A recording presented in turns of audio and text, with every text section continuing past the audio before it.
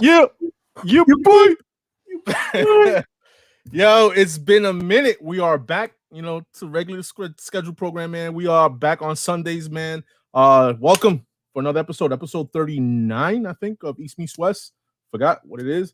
But yeah, man, here with my broski. What's going on, broski? Yeah, just really hyped for this show, this episode. It's been 2 weeks too long.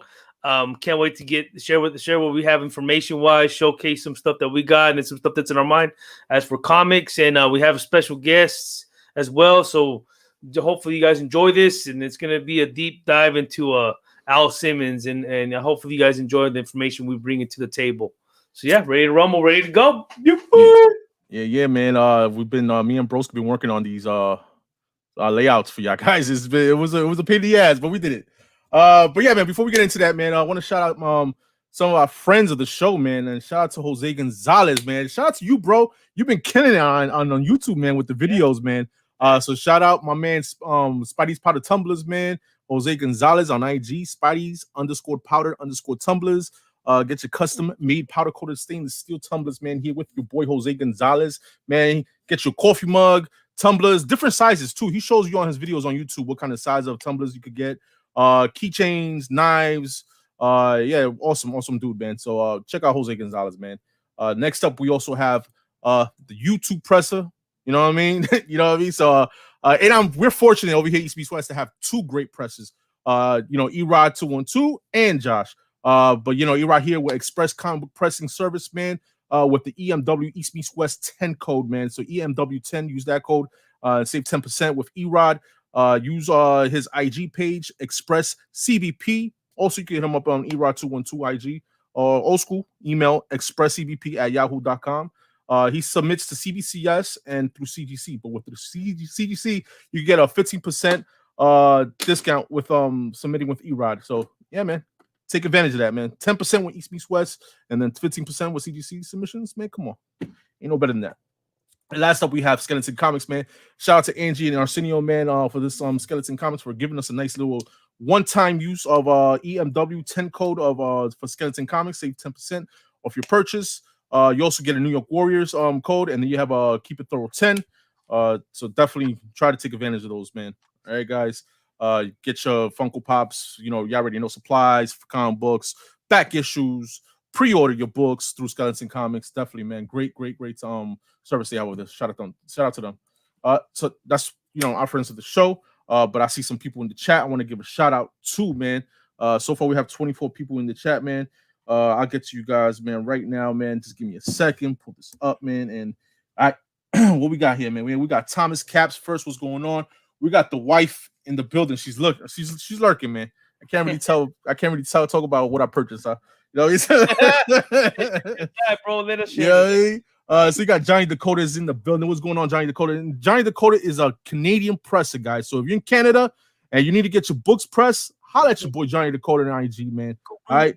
Awesome dude, man. And thank you for reposting. Everybody who reposted, appreciate you guys for reposting. Appreciate that. Facts. Yes. All right, we got Copy 801 is in the building. What is going on? David Sinking in, man. What is going on? Okay, I'm here to see what Doom picked up. Yo, dude, unfortunately, David, Doom is off today and next week. He work schedule, man. You know how it is, man. We got Wesley Comic Collection. Shout out to Wesley. Shout out to Joey does comics. And shout out to Kid Collector, man. Power Pack over there doing their thing. They were on Wesley Comics channel today, so give that a view. You know what I'm saying? So who else we have here, man? We got Wilbert is in the building. What is going on? Sif Lolly Bang, baby. That's right. Who else is here, man? I got you, bro. Nick Grav is in the building. The better Grav is in the building. Yeah. What's going on? You got Paul PC 1974 is in the building. Uncanny Swag. The Martian Comic Hunters here. What is going on, guys? Thank you for stopping by. We got Aero Mastro. What is going on, man? Willie Medina's in the building. Connecticut Comics, man. Appreciate you reposting too, man. Thank you for joining us on the Comics and Coffee yesterday morning, man. That was awesome. We got Jose Gonzalez. You got Spidey's Powder Tumbler right there, man. You already know, man. Yeah, I gave you a shout out already, man, Jose. All right. We got Knights of Ren, Lone Espinoza there. And shout out to Roman Curtis with a $5 super chat, man. Let me see if I can highlight that, man. I got you, bro. Got you, man. Right there, Ben. He says, "Sup, broski, aka the better half." Oh, hey, the other guy. Yeah, Roman. You do me dirty. Latest video. I have to check that shit out. Yo, listen, it's like, yo, with Roman is like teaching old dogs new tricks and shit. He don't know how to use the StreamYard and shit. That's how you treat me? Damn, all right, I got you, bro. We got Mac B's in the building. Sparks Comics in the building, guys. If you haven't checked Sparks Comics, he did his FOC video earlier today. Check that out, man. VK on comics to see what is going on. Zorus Tiger, part of Spine Ticks. You already know. Who else is he? Johnny Rosado, man. What's up? What's going on? Dream of August comics. Him and Jay Ramirez. Shout out to those guys over there. Who else is here? Rick Ties in the build. Tino 73, Zach G, and Jeff G, man. All right, man. And that's about it, man. Shout out to everybody there. You know what I mean? So yeah, man. We got 36 people in the building. Appreciate you guys. You know what I'm saying? And today we have some guests here today, man. We know we're talking about Spawn. I'm gonna give you a little rundown what we're gonna be talking about. Basically, you know, show off what we picked up, after the introductions. We'll talk about Mortal Kombat trailer, then we'll talk about new Kombat Day list, my list over here in East Beast West. I Double Ninja, what is going on, man? Wow, it's been a minute, I Double Ninja. Then we're gonna talk about WandaVision, a little bit of talk about WandaVision. Then we're gonna go to our main thing of the show, which is we highlighting Spawn. Al Simmons, baby. Yes, we got Earl Simmons, not DMX, but Al Simmons. Get at me, dog. But yeah, man, all jokes aside, man, what's going on North Cali? We got, to me, man, one of the best lineups when it comes to Spawn in this show. We got Gomez, obviously. We got Eli, the Easy the Game Hunter. Tuna, he's coming later. He's not here yet. We got Real Master X, man. Shout out to you. And we got Peanut too. So those guys, man, they got some Spawn. They have more Spawn knowledge than I do. So hopefully I like that.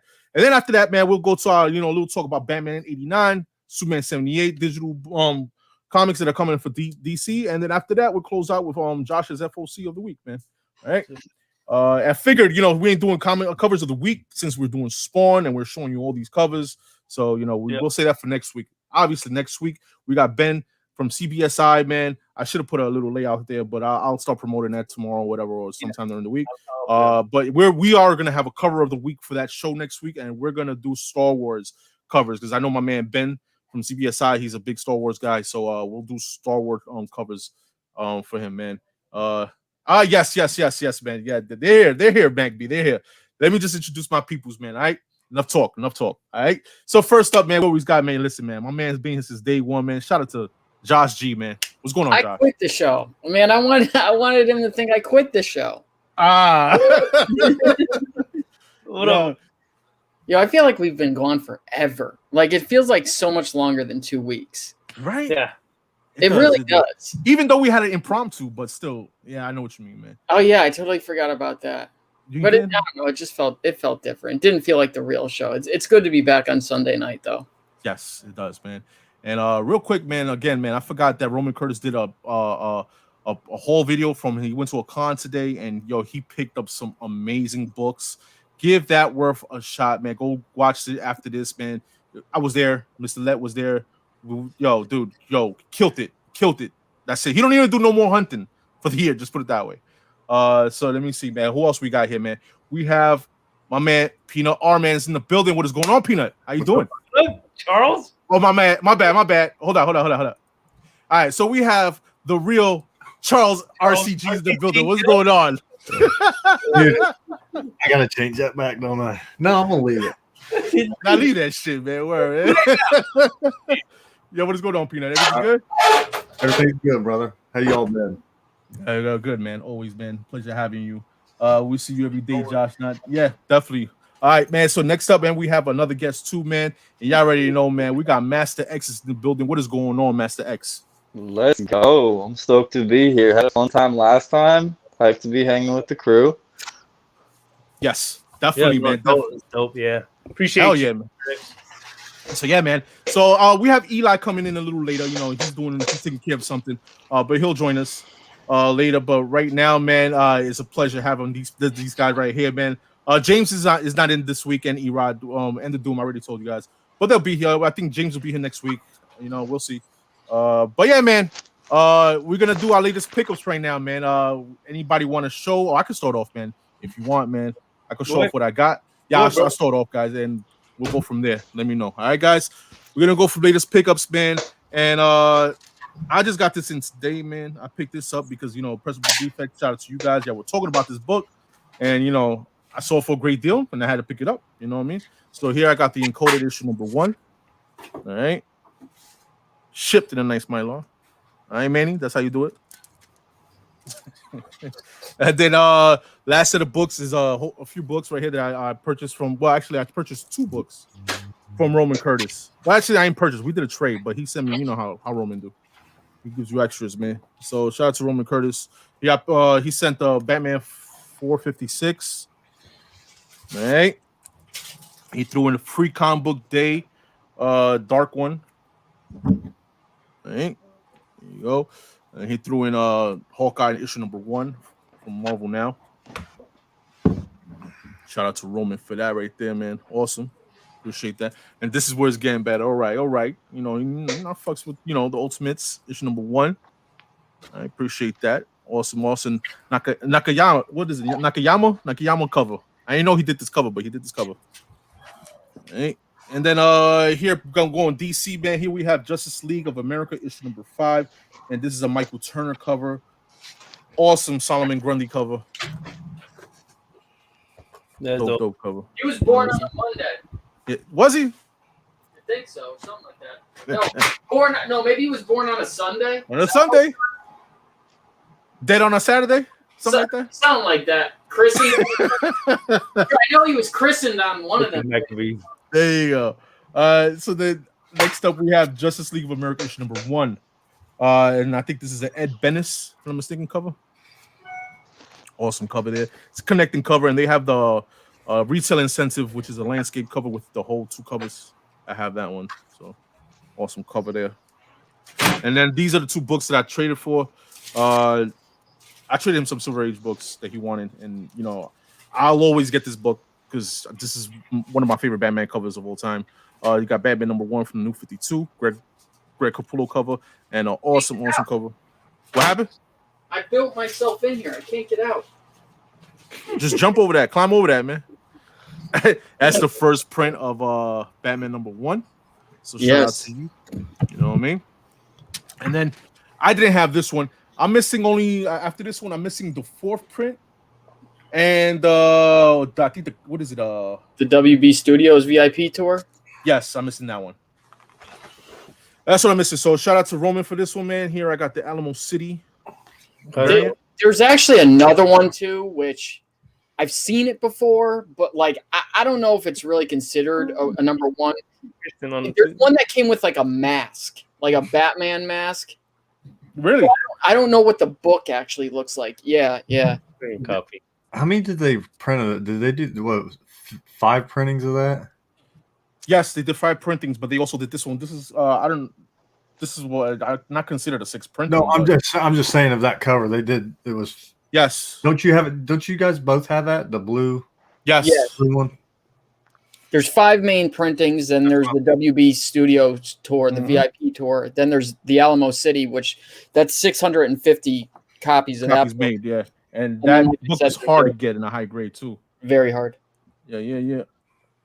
What's going on, my man? Yo, Thoro's in the building. He said, "What up, East meets West?" Like Chad RCG likes to call it. Hey, that's what he likes. That's what he likes, Thoro. Yeah. He likes. Yeah. But buried on a Sunday. That's right, my man. Copy 801. All right, with your little Solomon Grundy little tune. All right. Yeah, here it is. This is the other one. I don't know if you can see it. It's the 80th anniversary special edition. So I don't know what. That's the mat. It's going to be hard to see, and it won't blow up. But that's what it looks like, and this is the mask. So I think it might just be a blank white cover. Yo, I needs that. I needs it too. I needs that, son. Yo, while we highlighting you, bro, you guys a couple things to show off, man? Oh, not yet. You're not ready? Yeah, I got a couple things. So I've been kind of. I have some things on the way, but I don't have anything major. I was waiting to see if we ended up getting this big collection, which we didn't end up getting. Guy wanted to keep it, unfortunately, but it is what it is. So just a couple small things that I got lately. Copy of Swamp Thing number 9. Obviously, when he writes it. Surprised Broski ain't saying, he probably not at his desk right now. Yeah. Some new books, some DC books for the upcoming week. Dark Detective 4. I have read it. It's all right. It's the last issue, right? Yep. Thank God. I'm so glad this Future State crap. It's just, I don't know. I didn't know most of it. Show Broski the Swamp Thing real quick, man. Look at the Swamp Thing. Okay. Near me. It's a really nice. That's the reason I bought it, is because it was like, it's a beautiful. I appreciate you. I'll DM you my address. I think you have it already. I appreciate it. What up, BX? I don't have it already. So there's Harley Quinn. 5. Yep.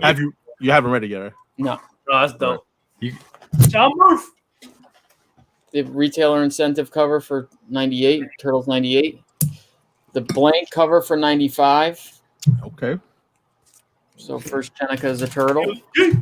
Again, nothing too big. I got these as from LETT, and I've been looking for these for a while. These are hard to find. So it's the whole 7 run. Oh, damn. From the movie, and this is told from John Doe's perspective. So the killer. So it's really dope. The trade, Thoro, if Thoro's in here, he'll probably know about this. The hardcover trade, very hard to find that book. And that's worth a little bit of money too. Is it really? I was about to say, let me pick up the trade and fucking read it, but never mind. If it's costing money like that, I might as well read it online. And then I got that Captain America. I'm really starting to get into these omnibuses. The hell is omnibus? Omnibus. Yeah. My man David Sickin fine over here, man. Sickin fine comics. He says, "Yo, great read, Josh." It is, yeah, it is. I started reading it. I mean, I already know what it's about, and I don't mean just from the movie. I've read, I want to say like 4 of the comics online, so it is really good. And then I can't remember if I showed this on one of our impromptu shows or not, but I'll show it again since I don't really have any bigger books to show. This week I got that Detective 400 9.2 white pages for Kombat. Damn, boy. So, yeah, congrats on that one, man. Again, hopefully next week, maybe something a little bit bigger. I eat that. That's it. I appreciate you, Josh, man. That was awesome pickups, man. Awesome, man. All right, who wants to go next, man? Who wants to go next? Let me know. Got you, Master. X, man. Let me flip this around here. Hold on. Yeah. Hey, man. Man. Let me see if I can flip this cam. Didn't really understand that character. David Simpkin. Oh, Man-Bat? He's a good character, man. I like that character. I like it. This is a good character. Love that, man. There you go. You're good, bro. There we go. Yeah. All right. Not a big deal. I picked this up. I think this is a good spec book. This is 7 to Eternity 1. This is the comic bug variant, free comic day. Yeah. This was hot a while back, and I picked it up for about 40. I think it's pretty under the radar right now. Got that. Again, this used to be real expensive, and nobody cares now. Bloodshot 10, 1 in 50, LaRocca variant. I just like that. Favorite Barry Windsor cover. No one cares about this stuff, but got it in high grade. Eli does. Eli was he who would. Oh, yeah? You hear about it, that's all that matters. Yeah, no, I love this cover, man. Some Silver Age Daredevil for the run. Not a huge deal. And what else have I got? Some more Daredevil. Look at that. This is a good one too. This is I believe Batman dresses up as Two-Face, and it's prior to his appearance. I think I got it for like $8 on eBay. So it was a pick up, man. cheapo one. Oh, Otto's here. What's up, Otto? What's up, Otto? That's a great That's what I picked up, though. I appreciate it, man. Thank you. Nice, man. So yeah, man. Shit, thanks for sharing, man. And yo, that right there is like supposedly like the first Silver Age appearance of quote unquote, Two-Face. Yeah. Yeah. So, I want to share, man. Who's next? You know what? Come back to me real quick. I forgot these. Okay. Yo, look at you. You're all Spidey tumbled out, bro. Look at you. Yeah, man. Got to represent, So I haven't bought anything on, like the YouTube auctions lately. Mm-hmm. But I did actually. I didn't have most of these, so I did get 2 through 5 Blue Marvel from Mike the Collector, and he actually sent me 2 books for free, which I thought was really dope of him. I mean, one of them I already put away. It's a Taskmaster 3, and then I think this is from. Well, he left me a note with this. This is comics, baby. Yeah, that's what it's from. So he sent me a little note, which I thought was really nice. So thought that was dope of him. So thank you to him for that. You still need a number 1 of that Blue Marvel? I got one. I For a do. placeholder, bro. Yo, no lie. Yo, talking about that Blue Marvel set. Yo, bro. Roman picked up a nice 1 through 5. Yo, the whole set. Yo, dude, check that shit out and check out how much he paid it for. I'm not gonna ruin it, man.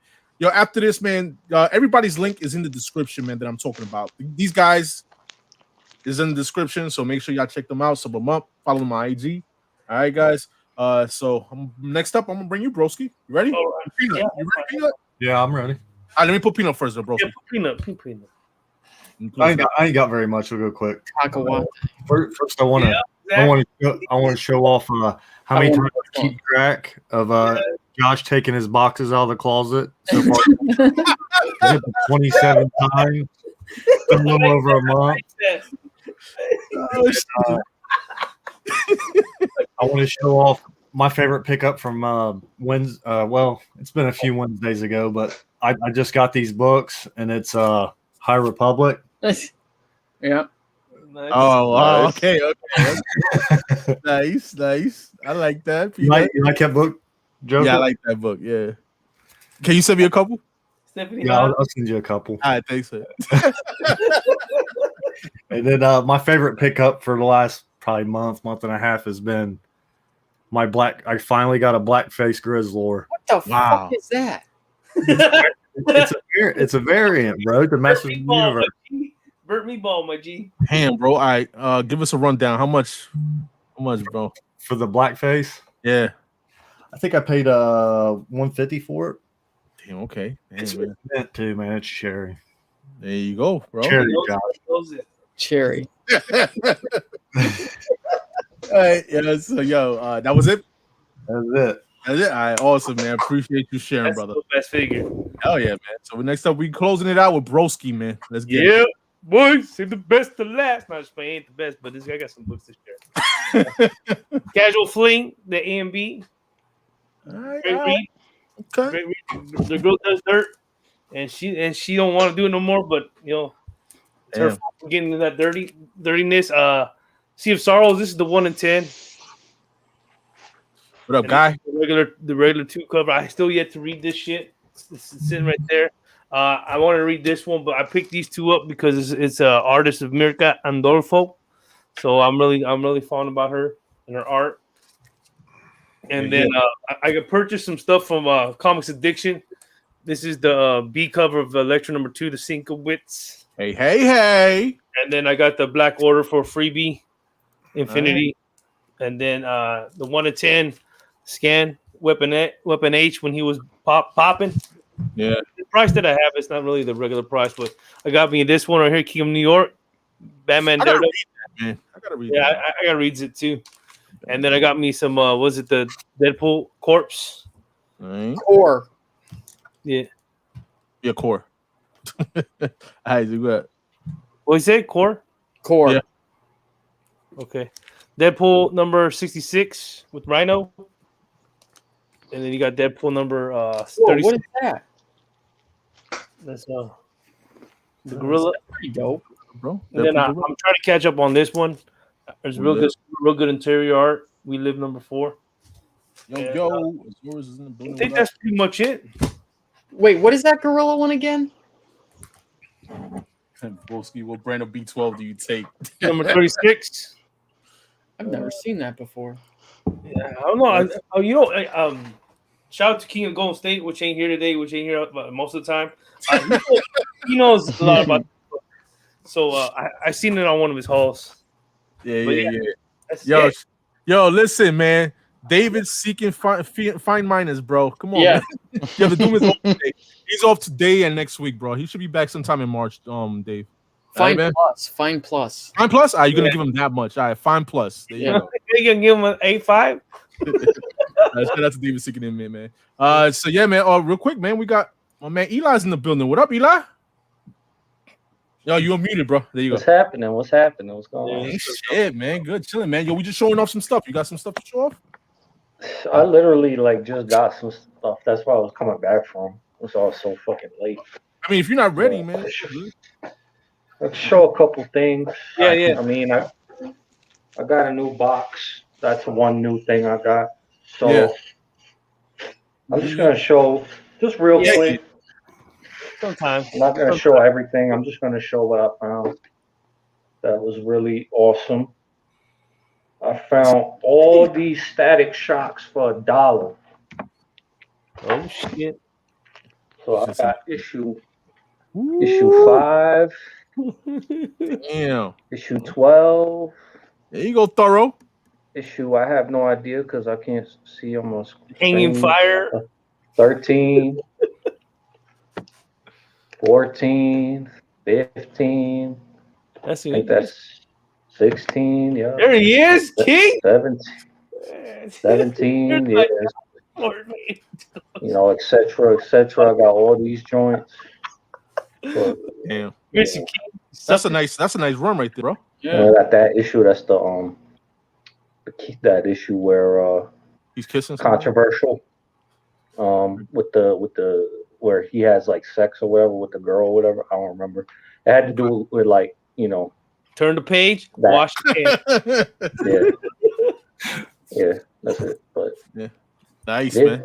What'd you say? Turn the page, wash the hand? Turn the page.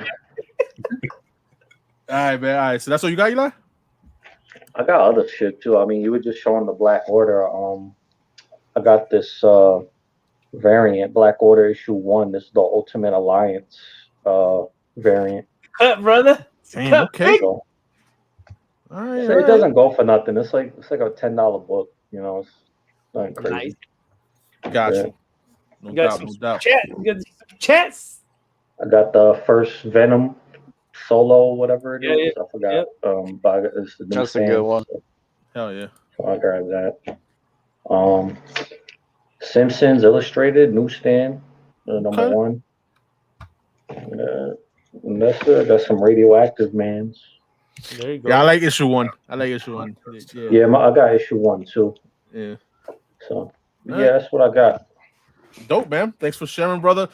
Thanks for joining us today too, Eli, man. All right, man. Yeah, no, I was looking forward to today's topic. I had some books to show for that too, but I don't know if you want to wait until we got to the spawn. Yeah. We get to that spawn part. Yeah. So- We get to Sounds that. good, man. Real quick, let me give a shout out to my guys over here in the chat, man, with the super chats, man. So yeah, man, what we got here first? So we got Bam. Well, we got Biggs here with the $2 super chat saying, "Yo, where's James?" His ear was ringing on that one. James. Yo, What's checking, everybody? It's your boy, King of the Golden State.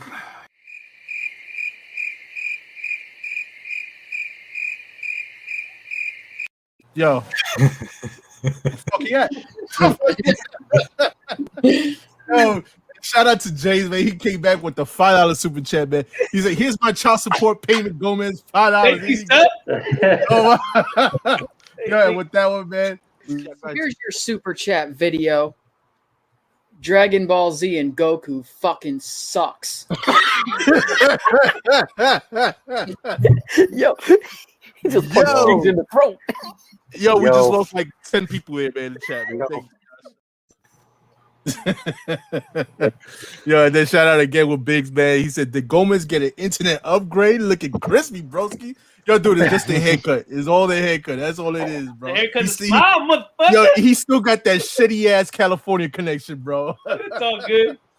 Oh man, appreciate that, everybody in the chat, man. That was a good one, man. So yeah, man. So we're gonna move on, man. We're gonna talk about we're gonna talk about Mortal Kombat, man. Ooh, I'm just in time. Yes, man. We're discussing Mortal Kombat, man. So yeah, we discussed a little bit about it yesterday in Coffee and Comics, man. But I want to give everybody here in East Meets West a chance to discuss about it. I know I've seen the trailer, and the more I've seen the trailer, Josh, the more I'm digging it. I'm still sticking to my guns, man. There's just something about how Scorpion looks with the hoodie. I'm not digging it. There's just something about it, bro. You know what I mean? But yeah, man. Anybody want to give a Did you watch the animated trailer? The Scorpion. I mean, not anime trailer, the anime movie, the Scorpion. No, but Jeff told me that shit was dope. That Jeff shit told me it was is dope. fucking awesome, dude. That's one of me and my pops were watching that shit. We were tripped out of how good the animation was in storyline. As opposed to Mortal Kombat, it's a remake, right? Yeah, but it's a little different story. I would like to see it just to see what they enhanced and did the storyline and how more in depth. I'm not a big fan of Mortal Kombat. I'm more a Street Fighter, but I'll still watch it. Yo, you read what Thoro said? Yeah. Oh man, nah, I ain't downgraded it. I'm just saying. Don't man, good, man. But yeah, Eli, what you thought of it, man? That was a dope trailer, man. I'm really looking forward to it, man. It's got those Crouching Tiger, Hidden Dragon vibes, plus like all the effects and everything. Now, it's gonna be cool, man. It's gonna be a dope reimagining. I don't know who this Cole guy is. What's his name? Fucking Cole Cash, Cole Grass, freaking Grifter. I don't know. From J. Cole, baby. J. Cole. I mean, I don't know who he is, but I mean, I think he'll be a cool new character. I think he'll grow on people because Mortal Kombat likes to change it up all the time, and yeah, they introduce new characters all the time, so it's not a big deal.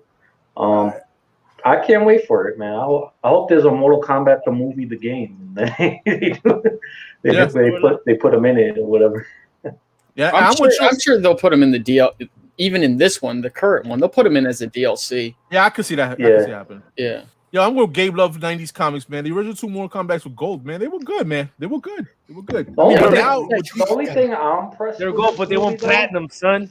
That second movie was not good. That second movie was not good at all. I have to watch him now. The first one was. The first one was, yeah. The first one was real good. Raiden? Fucking to me, it's just weird that they're doing the first tournament for the 5th time already. It's like, can we get something else? Yeah. Anybody else? What you thought, Peanut? What you thought of it, man? I'm excited for some of them characters I've seen. Like the 3rd and 4th time I watched it until Josh pointed out the smoke character. I'm kind of excited about that, bro. I saw the breakdown and I saw that character. That's awesome. Probably watched it twice. I'm pretty excited. I'm waiting, man. I think it's gonna be a good movie. I think it's gonna be better than the '95 movie. People are gonna be like, forget this movie. This is a fucking movie now. Yep. Yeah, man. So yeah, man. What about you, man, Sex? I'll be honest with you, I'm out of the loop. I haven't seen it. Oh, you haven't seen it? I haven't, man. I'm out of the loop. I haven't even seen WandaVision, man. I'll be real honest. Like, I'm out of it. Yeah, I gotta catch up. I tell you one thing, man. That rare giveaway book for Midway from Mortal Kombat, the first appearance of Mortal Kombat, that book is going crazy now, bro. Crazy. Is it really? Yeah. Oh yeah. So you couldn't find that book to begin with. Yeah, exactly. But now they just going crazy with the prices. That's why it's more scarce. Yeah. And you go ahead. Damn, my man, Copy 801 said, "Yo, Joker, put some money and rent out a theater." Shit. I'm watching that shit nice and comfy in the crib. You know what I mean? Yeah. Be honest, you hate. I'll use that money towards popcorn and candy. Shit. To be honest, you hate. Now, honestly speaking, yo, Jay Salsa, I cannot hate anything as much as Josh hates Dragon Ball Z, bro. It's just impossible, bro. What? And Masters of the Universe. And Masters of the Universe, exactly. But yeah, man. Dragon Ball Z way more though. What about you, Josh? I know you gave your thoughts already before, but you haven't given it here in the show, man. What you think of the trailer? I loved it. Obviously, there's some things that I don't know. I may not be a fan of, but I'm all for them changing it up. I don't know. I thought all the characters looked dope. I do like how Scorpion looks. That's how he looks now in the video games, even with the hood. Some of his costumes do have the hood. I like how it's, it seems like it'll be going into. Thank you, David. I like how it seems to be going into some of the backstory. I hope it's just not like the backstory on Hanzo or on Scorpion. I hope maybe they do something, with Bihan, and I'm sure they will a little bit because Bihan Sub-Zero. So how him and Scorpion, their histories intertwine with each other, obviously. I thought it would have been cool though. Like I'm all about them obviously getting new people to play these characters, but I still thought it would have been dope if they got Kerry Tagawa to play Shang Tsung again. Just kind of like because he like transcends like all the Mortal Kombat media, and he's just come on, David. Now you're being hysterical.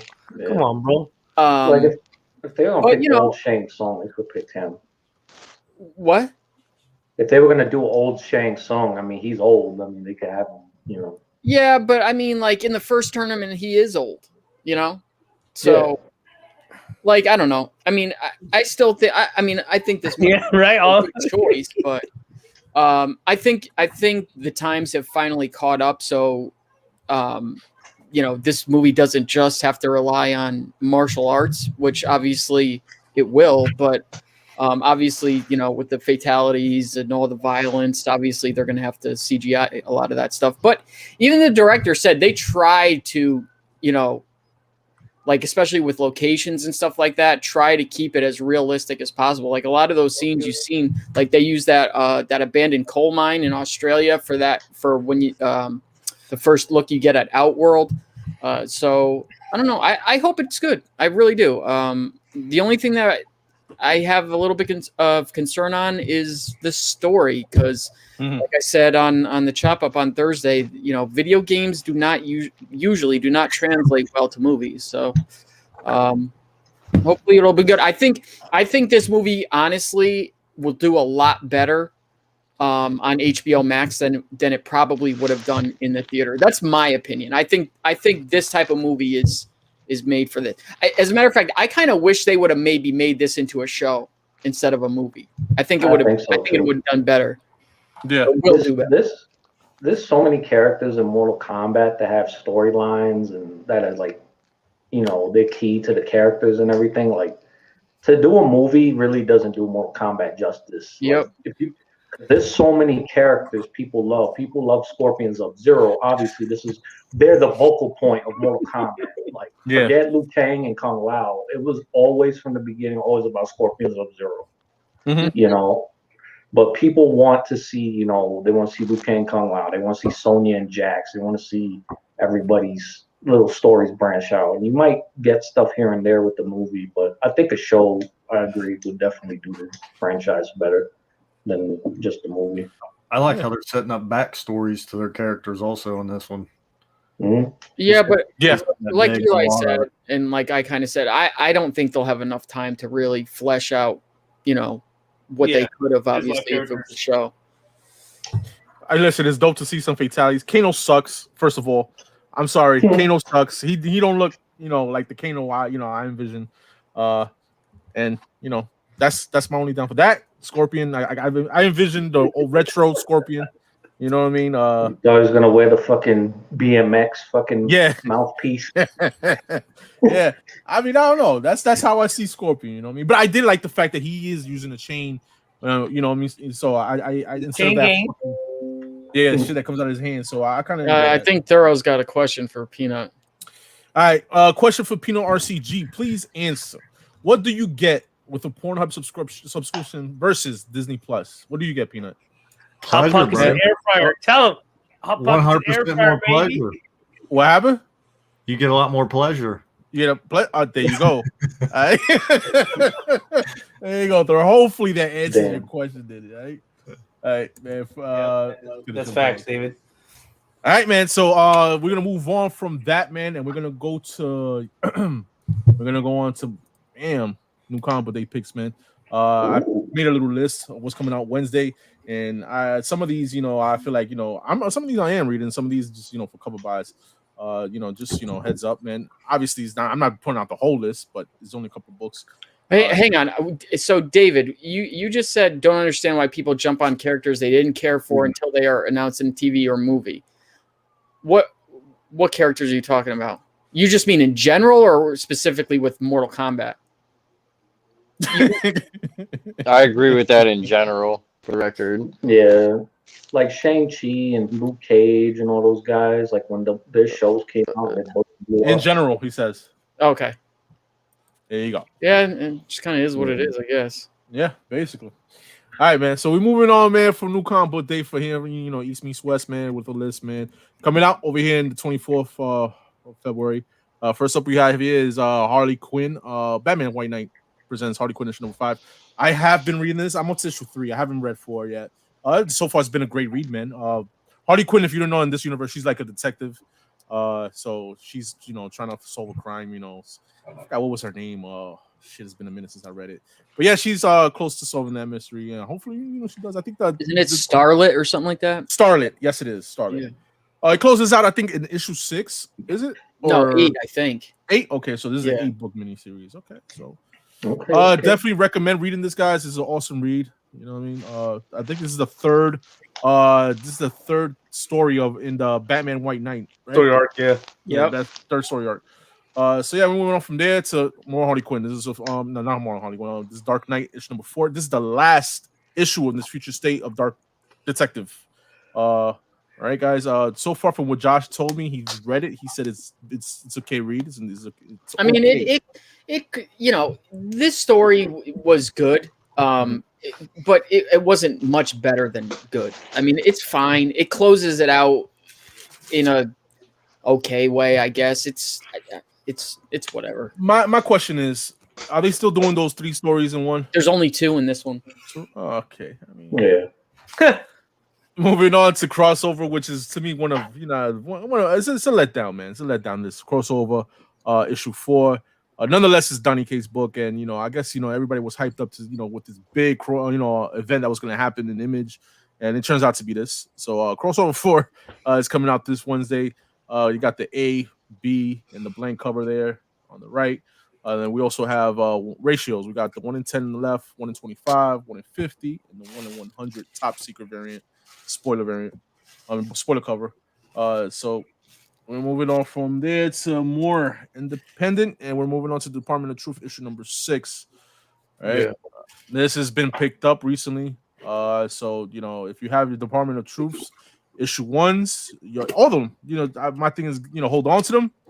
You know what I mean? Or if not, pump and dump if you're into that. You know what I mean? But the one key book, and I should have put it up on the layout, was my thing is if you don't have issue 2, the 1 in 25, where the guy with the cutting up the baby, that's one of the dope covers of that series of Department of Truth. That that's it's getting up there, man. That's an expensive. The 1 in 25, yeah. 1 in 25, issue 2, Department of Truth. Yep. Right. Does this have a variant, or is that a 1 in 25? That's a cover. A and B cover.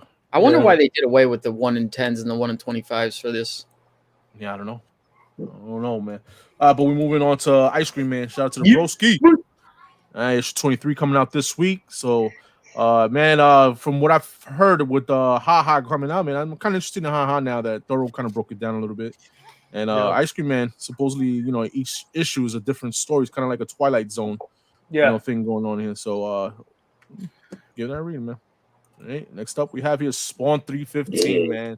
Yeah, I already know, man. Awesome covers, man. You got the Barons A cover, then we got Greg Capullo McFarlane B cover right there. So you got, I'm not even gonna try to pronounce that. Segovia. There you go. C cover, and then you have the 1 in 5 black and white, and then you have the sketch 1 in 50. You know what I mean? So Midtown, buyer broski.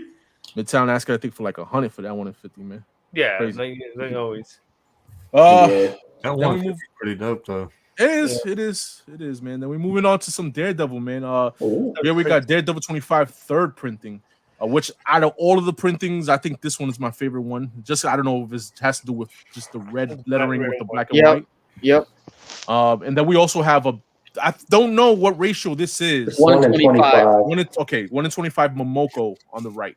All right, guys. Momoko. There you go, man. And then from there, we're moving on to one of my favorite reads from King and Black is Return of the Valkyries, man. Return of the Valkyries issue number 3. All these are cover prices. And we've got the A cover on the left. We got the Black History Month variant on next to the left. The Phil Noto C cover and the Todd Nuck headshot cover on the right. That book has been like a crazy silent hit. It's so weird. Yeah. Because nobody was reading it, and now everybody's like reading it. Yeah. Tie-in. And then we're moving on from there to the last issue of Magnificent Miss Marvel, issue number 18. So this is the last issue on this one. Government name 75. You know, I don't know, worth a pickup, man, because you never know what these last issues. You know, Yeah. has anybody been picking up Magnificent Miss Marvel? Here and there, but I'll be getting this one. I'll tell you that. Yeah, you know what I mean, definitely. So after that, when we were sticking with Marvel, and these are some dope ass covers, I just had to put these in here. I don't have the A and B covers, but these are the variants that I chose, and I actually got some of these. For Marvel Voices Legacy one shot. We have the awesome fucking the Miles Morales cover on the left, and we got the Ken Lashley.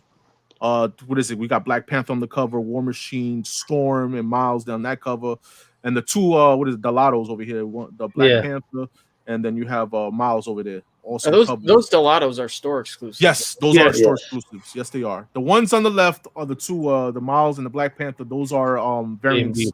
And I don't know if it's the A and B's, but they're B's or C's or D's, whatever. There's so many variants for that. I hope this book is good because the other Marvel Voices sucked. Yeah. So, I'm not planning on it being good, but three of those, actually all of those covers are those are all bomb ass covers. Yeah. They got us either way. They're definitely all this is a cover buy basically, this one right Yeah. 100%. Yeah, I like the two on the right the most. So the Miles and the Black Panther and the Cloud. Yeah, they both Delatos. So you already know he hits it home. Yeah, Delatos is killer. So we're moving on from Marvel Voices, man, and then we got Star Wars Dr. Aphra, man, second printing of issue 7. You already know it's the first appearance of Habu, right? I forgot her name. So awesome pick up there, man. You know what I mean? That book picked up a little steam. Don't they have the Jenny Frizen cover on this one, right? That was going for money. Yeah. For that one. And then after that, man, last book we have to stick with, what is this? We got to stick with King and Black tie-ins, man. We got Symbiote, Spider-Man, King and what is it? The Greg Land cover on the left, and then we have David Nakayama 1 in 25 on the right. And that David Nakayama is fucking sick, bro. Sick. All right. So yeah, man, those are my picks, man, for New Comic Book Day this week, man. So damn. All right. Some good picks. Yeah. You know what I mean? I mean, plus there's shitloads of independents and shitload of other ones to pick up. And then what you got there? One though. I got you, bro. Look, boom. What is that? If it's focused, can y'all see it? You gotta hide your face. You gotta cover your face. Yeah. No. Put the phone in front of your face. Put your phone in front of the face. God damn it. Because it's focusing on your face, basically. See it? I see it's a Momoko cover look like. Yeah, X-Men number 18. This is a dope ass cover. X-23 with some wolves on there. Okay. All right. Yeah. I would pick that up too this week. That's another. I'm not reading X-Men right now. I'm trying to catch up, but all right, when I do, I'll let y'all know how I think of X-Men because I don't know. Those first 6 issues, they kind of took me out the game. All right, man. So we're moving on, man, from that to little WandaVision Talk. talk. I had a question. I would hold on to him right now because you gotta wait till if they end up doing a TV series or a show, that'll be a great time to start moving. But right now, it's an announcement or in the works that they might do a TV series based on that or like a horror show. So yo, David Siegel been wet. Yo, you smoking the hashish, man? Like, yo, bro, you bugging. The Lotto's been killing them, bro. Hashish. I mean, is Ice Cream Man even worth selling? I mean, are they even worth anything? Like worth this? Number one? Other than number one, I mean, like like the first. You look at issues number 16 and 15. The B covers, they're very low printed because no one was picking them up. If you look at this, they go between $30 to $50 range on secondary market right now. That's just right now. When the book starts to pick up heat, which it really hasn't as much. Those are going to be harder to find and more scarce out there in the LCS. Do you like back issues? I don't really see them in my area. Some people have, but I would advise you if you could buy them for a cover price or less, pick them up. You heard it here, man. You heard it here, man. I agree. He's recommending it, man. And when Broski, he reads his book, so if he recommends it, then it's worth the shot. You know what I mean? Listen, man. I always say, yo, if you really that's all about it, like if you're really skeptical about it, read it online. And then you go get your physical copy. You know what I mean? All right. So we're talking some WandaVision here, man, of episode number 7, man. Yo, so has anybody seen it, man? Yeah. I haven't saw it. I haven't seen it yet. You haven't seen it yet? All right, well, we're gonna spoil the shit.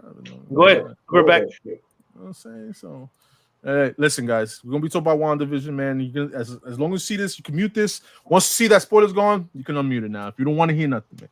But yeah, man. So this was the 7th episode of WandaVision.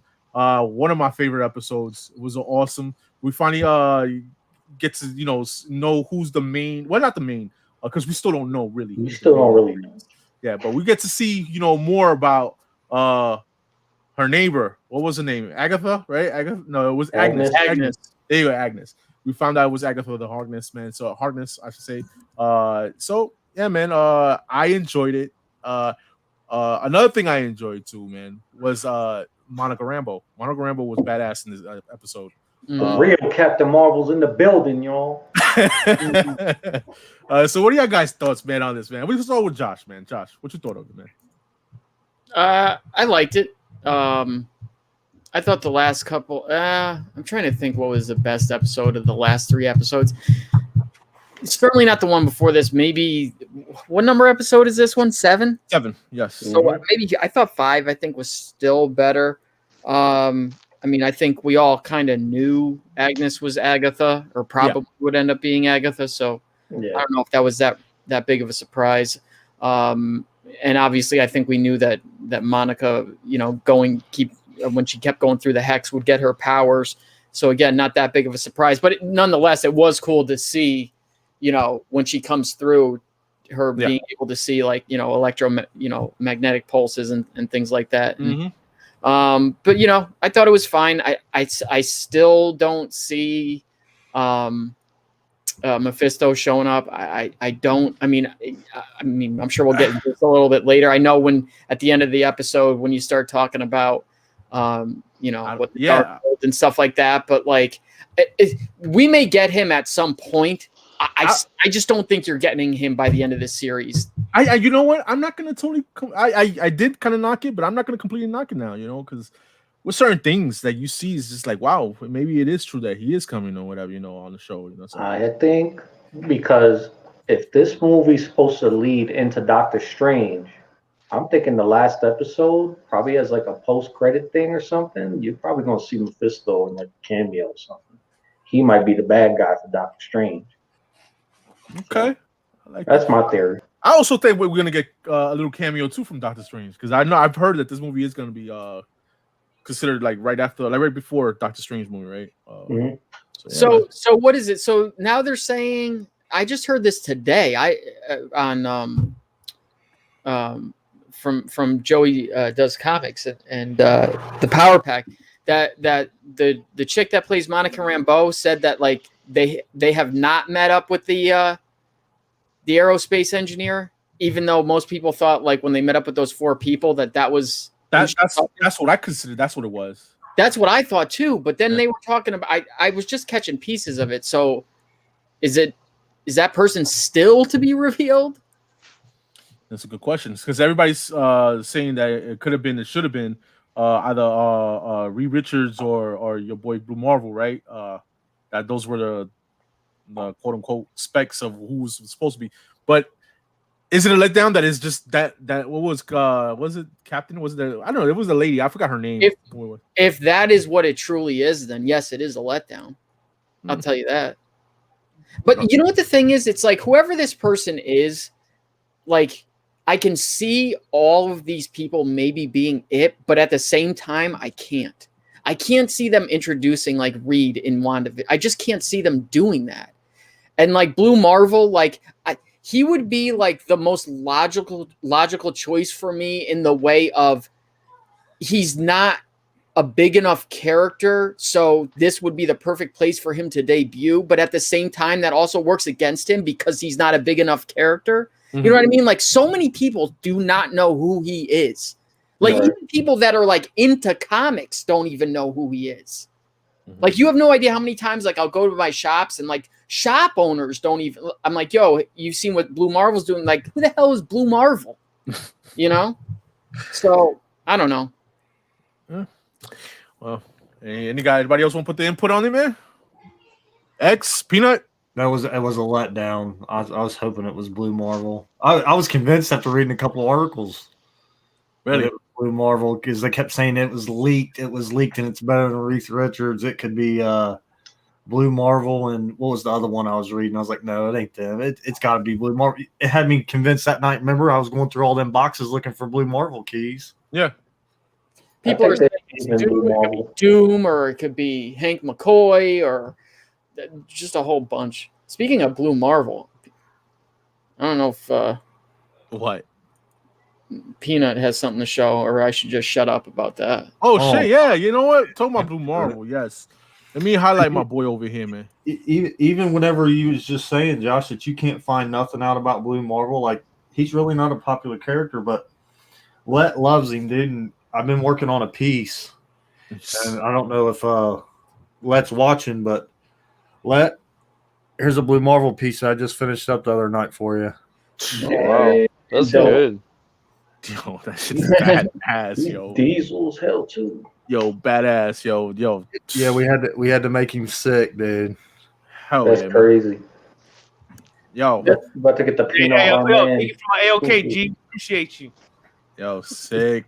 I gotta work on a spawn for you, but see, I can find references to everything, but I couldn't find no references to Blue Marvel anything. Yeah, he's a very scarce character. Not that. His last time I think he was used was like Ultimates. Yeah, and they really introduced him like in like Mighty Avengers. That was like when he really got like, they started using him.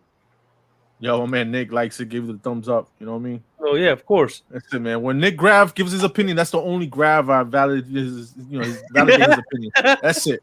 That's all that matters. My man Nick. Oh, wow. I'm working on a piece for Josh right now. That's the next one to get done. Yeah, I want to see that one because of what you're saying. Josh Gomez and Gamma is the ones I got to get done. No rush, man. No rush. I'm in no rush to get that. Who's Gamma? Who's Gamma? I'm gonna work on a Red Hood piece for Gamma. Oh, Gamma. Oh, Gamma. Gamma Comics. Oh man, it's dudes all of the above. Definitely, man. What you said, damn Peanut. I feel throw that. I see no. Oh shit! What if my man Johnny Dakota said they could introduce Adam Rashid and maybe develop his powers? If they did, that's how I would think they would introduce him as well. Definitely, man. So that was our WandaVision talk, man. So we moving on, man, to a little Spawn talk, man. You already know, man. It's time for it, man. Let's get it. Let's get ready, man. Yeah, let's go. All right. So this is the time, we'll talk man. about. This is the time right now, man. So highlight me, brother. Highlight. You want to highlight you like this, bro? Like whatever you got to do. So everybody in the panel. So basically, we're gonna talk about Spawn. We said a few weeks ago. This is basically knowledge that I have and knowledge that was gathered by me and the Doom and Joker, as well as a few other people in the panel, and Eli and all that. We're gonna basically talk about Spawn and give you a rundown. And we did not know that the fact that Tom McFarlane was going to announce those character side stories that he was going to do monthly, and that was something that I wasn't aware of, to be honest. And he hit it towards the end of last week, and I'm excited for that. But I'm glad that we're doing this today, so it gives you guys some information. So if you watch the channel rewind, I apologize. It's been an hour till we got to this, but we're going to get to this right now. So go ahead and start off. Joker, do your thing, brother. Just do my thing. I'm just here to click the button, bro. This is y'all Spawn shit, yeah. Because I listen. No, listen. I love Spawn. I am. Yo, but these guys right here are big Spawn fans, and they're gonna school me and you guys in the chat, guys. All right. So we're gonna start off with basically kind of not his first appearances. The controversies of what's going on. What is it? You know what I mean? Is it the previews? Is it Rust? Is it this? Is it that? Is it Malibu? We don't know. These guys are gonna tell you guys what came out first, and I'm gonna let me put us like this, bro. I'm sorry, broski.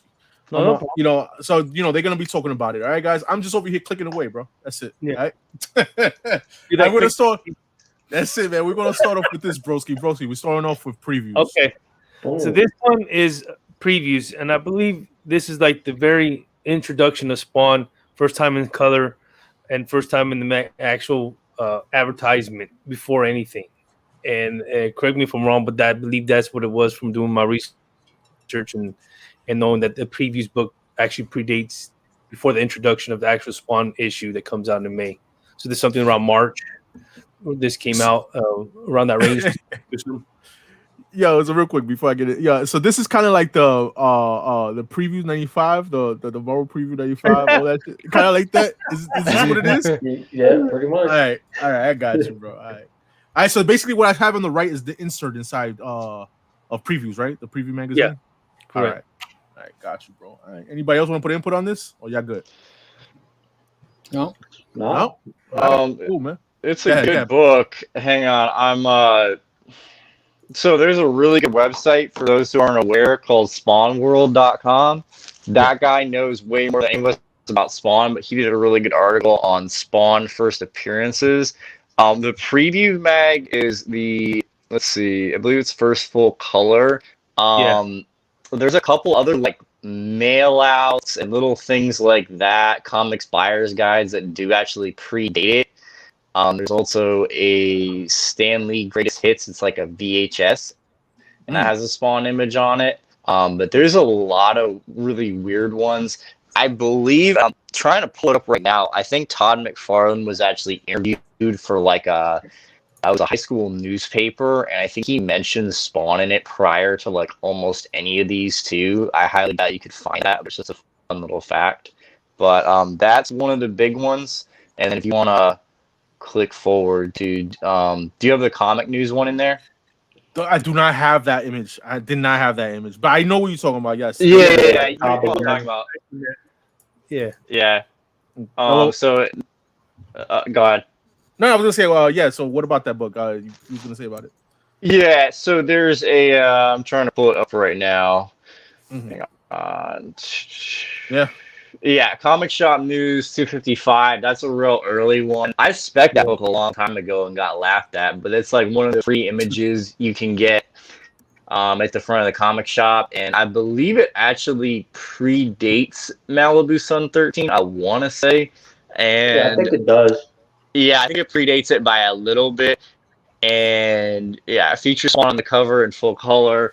And he still has the red eyes. So that's a fun one. If you ever see like a trash stack of this comic shop news, that one can go for like a couple hundred pretty easy, honestly. Yeah. So. Yeah. All right. There you go, man. I should have fucking put that image down there. All right. So we're going to move on from previews, man. We're going to move on to Rust, man. So, so this one, it's a advertisement. As you can see on the very right, that's what the advertising that has those ones. It's through Adventure Books, and a lot of other Adventure Books has previews of Spawn, but this is actually a preview of Spawn issue number 2, I believe, on his actual run. So yeah, this is one I believe predates, if I'm not wrong. If I'm wrong, Malibu Sun's 13. Does it predates? I don't know. I don't. It does. It does. Okay. Yeah. I did. I want to double check. Hang on. Yeah, it does. It does. Malibu Sun came out like right before Spawn number 1 came out. Okay. Malibu Sun's May 92, and I believe those came out in April 92. Yeah. Yeah. Awesome, man. All right, so we're moving on from Rust, man, from Adventure Comics here, man, and we're moving on to Malibu Sun as it is, man, and take it away, guys. I was just going to backtrack real quick. There's also a couple others that have Spawn ads, and it's not an inclusive list. There's Torg 3, Rocket Ranger 3, and Evil Ernie 5. Yeah. Also has a Spawn preview. Reanimator number 2, and there's a Southern Squadron book 2, which has a number 4. For Malibu Sun 13, I think everybody knows what that is. There's also the Error. I think most people are aware of that. Yeah, right there. Yeah, the Error has the green back cover on it. That's a really tough one. Negative variant type deal. Yeah, there's only a couple 9/8s. On Malibu Sun 13, Spawn eyes are still red. They are not green like they normally are. Okay. So. Real quick, man. Let me get to my shout out to my man LETT right there with the $5 super chat, man. He said, "Yo, Peanut, man. Yo, my brother, that was totally unexpected, and I greatly appreciated that, man. That is a super dope, humble bro, man. All right, awesome, man. Thank you, bro. Yeah. All right, so there you go, man. So we got Malibu Sun out the way, man. So there you go, man. Check out your Malibu Suns. You might have that negative one. The back of it. The back cover, guys. Yeah, definitely, man. All right, so we move on from there, and we're gonna go on with straight up Spawn number 1. So this is Spawn number 1. This is like the main key first appearance of Al Simmons, who would become Spawn. That newsstand is a very hard to get, hard to find. I get high grade too. Yeah. Mm-hmm. 9.8. I seen it for, was it like a G almost, like 1,000 on? Yeah. Damn. Really? Yeah. Great. Yeah. That's very, I guess, sought off newsstand. I wish I had one. I haven't found one in the wild. I don't want to buy it in secondary market because I know I feel I could find that soon, in time. I'm not in a rush. I'm glad to have it, to read it at the moment of time right now. But something in my radar in the back. Yeah, awesome. Man. Yeah. Definitely. Yeah. Now I was gonna say, I picked up, luckily, thankfully enough, man. I picked up a newsstand one, and I got it signed by McFarlane. It's not slabbed, anything's raw. But yeah, man, I picked that up for $10, bro. When before that shit started going crazy, the price. Nice. I got a newsstand 9.4 for about $120 off eBay. A couple months ago. I think like last year actually. Yo, and shout out to Marky, because Marky got a 9.8 of the newsstand. Yeah. Nice. He's one of the few people with a 9.8. I'd like to find a newsstand, but every time I find one, they're just regular. Yo, Peanut, you think that? I mean, go ahead, Masek. Before I say something, I wanted you was gonna say something. So I believe it's Spawn Newsstand 1. I believe that's one of the few books I kind of pumped up. I was picking those up when they were just, $20 book max. I remember I found like 3 at one time at a shop. I was gonna add one time too. There's the Spawn number 1 error. So that's what I was going to get it to. Picked it up. Yeah. Let me get ahead of you. Go for it. No problem.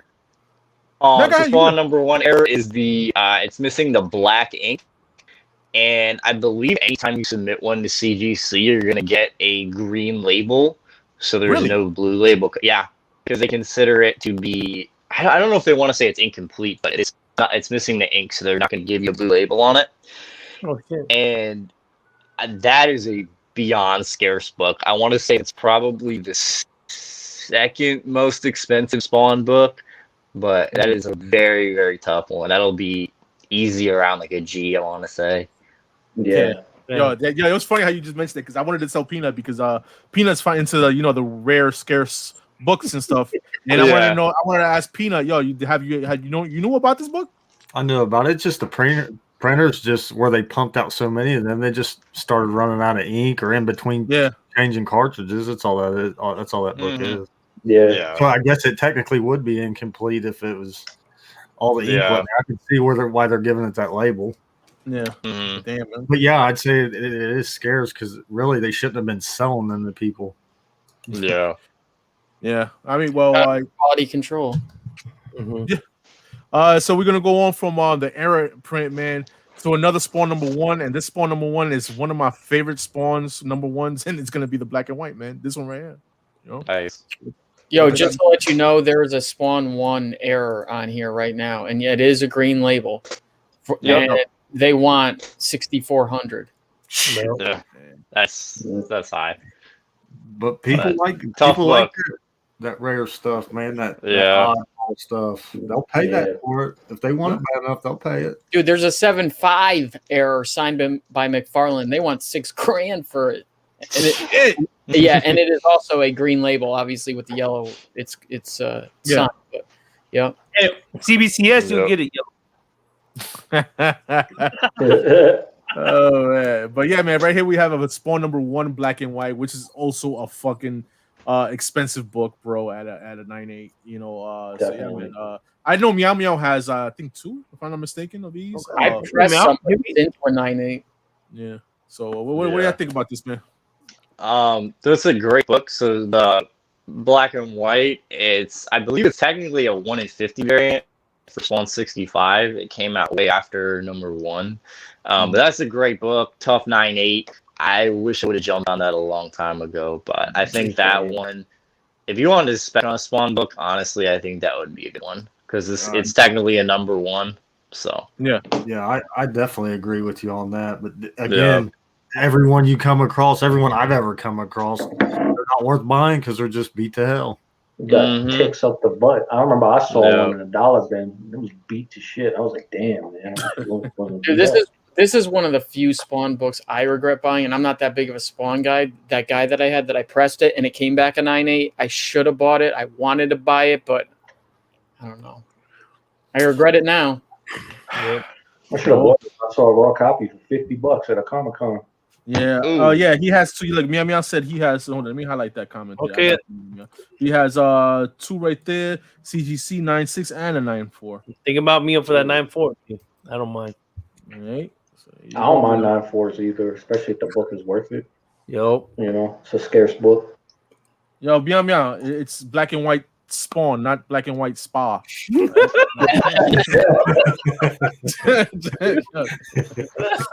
right. So we moved on for some Spawn from my main man Al Simmons to some.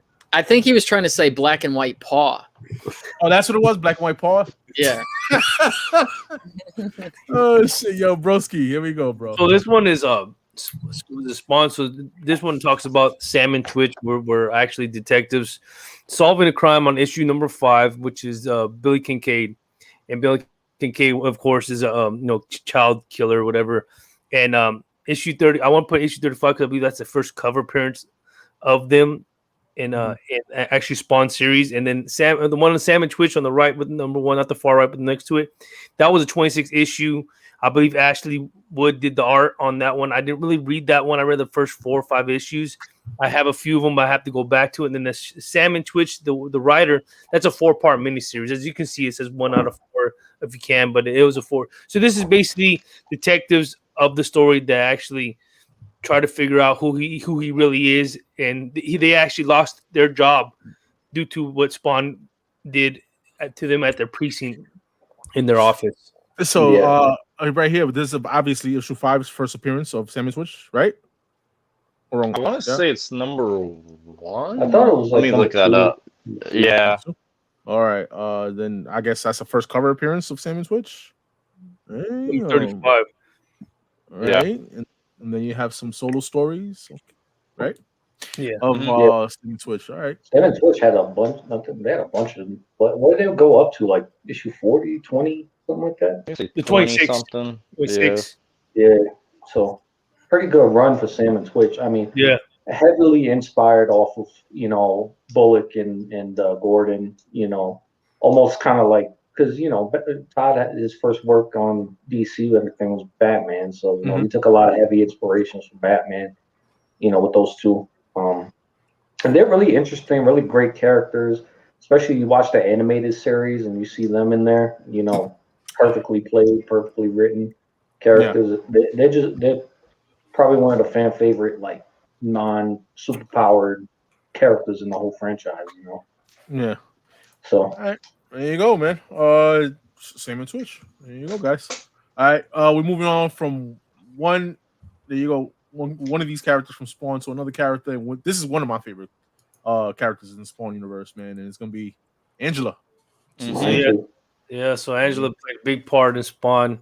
She's a Spawn hunter. If y'all don't know, she did have a little 3-part miniseries with Angela on the right. The one on the right, that one kind of falls lead into the storyline of Spawn.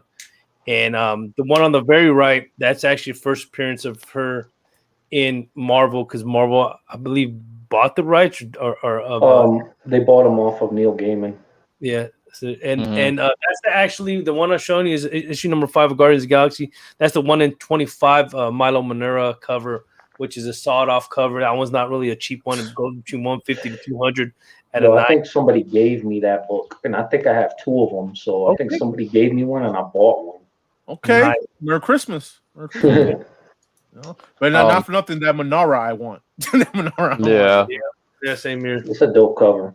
And there's another cover too that's not on here. There's a German variant. It is a granite, like embossed cover. So it's like a gray cover that's embossed. And that cover, man, number 9, expensive. Yeah. If you could find it, I think it's limited to like something crazy, like under 1,000 copies, something like that. So it's a German 9X, either a thermal or a glow in the dark or something like that. It's a good book. Yeah, it's a good book to have. It's really hard to find. I actually have a copy of it. I don't have it with me, but it's a dope cover. Well, obviously, Spawn number 9 is the. Again, you was gonna say something next? Oh yeah, I was just gonna add to that. So I'm pretty sure I'm correct on this. So for the first handful of issues of Spawn, including 9, they had a lot of guest writers that are very famous. There's like a Frank Miller issue, and I believe number 9 is a Neil Gaiman issue, and they ran into a lot of rights issues because of that. Because certain characters and things like that were created, and there were some rights battles with that. And then for Angela, I want to say there's a 1 in 25 variant for that number 1 too, and there's not really any differentiation on the cover. It's a cover Spawn. He's in like a pirate outfit, but if you see that in a bin, you know what I'm talking about? Yeah, I have the Angela cover. I was going to show it in a few. Yeah, but if you ever see that in a bin, most people just think it's an Angela 1, but it's a 1 in 25. So you have it with you right now? I have the Angela cover. So I can show y'all that one. All right. Yeah, if you got it. Yeah, definitely. Let me know show the embossed number 9 too. I don't have that with me, unfortunately. But yeah, this is a cover. There's this one, and like he was saying, there's one with the pirate Spawn, Cutthroat, as he's called. Yeah. But this is the regular variant. This was like a store. I think it was 26 or 23. If you ordered a certain amount of copies, you got like a couple of these with them. So yeah, bro. Hard to find book. So there you go, man. Let me just put this back this way. And then we're gonna go from Angela, man. Yo, dude, that Angela's number, the Spawn number 9 newsstand, bro. That shit is getting up there, man. It's climbing. It's climbing. I know. Thanks, Joker. I got that. Oh, you got that? Yeah, I got the newsstand one. Oh, where? You used to be able to get them. People, I got that a while back. You used to be able to get that around what, $80-$90? Yeah, and you get it for $10. No, I mean it graded at a 9.8. Yeah, definitely. Man. Yeah, 9.8, definitely. Yeah. And my man, David seen does she wear underwear? Yeah, she does, man. She does wear underwear. I check, man. She does.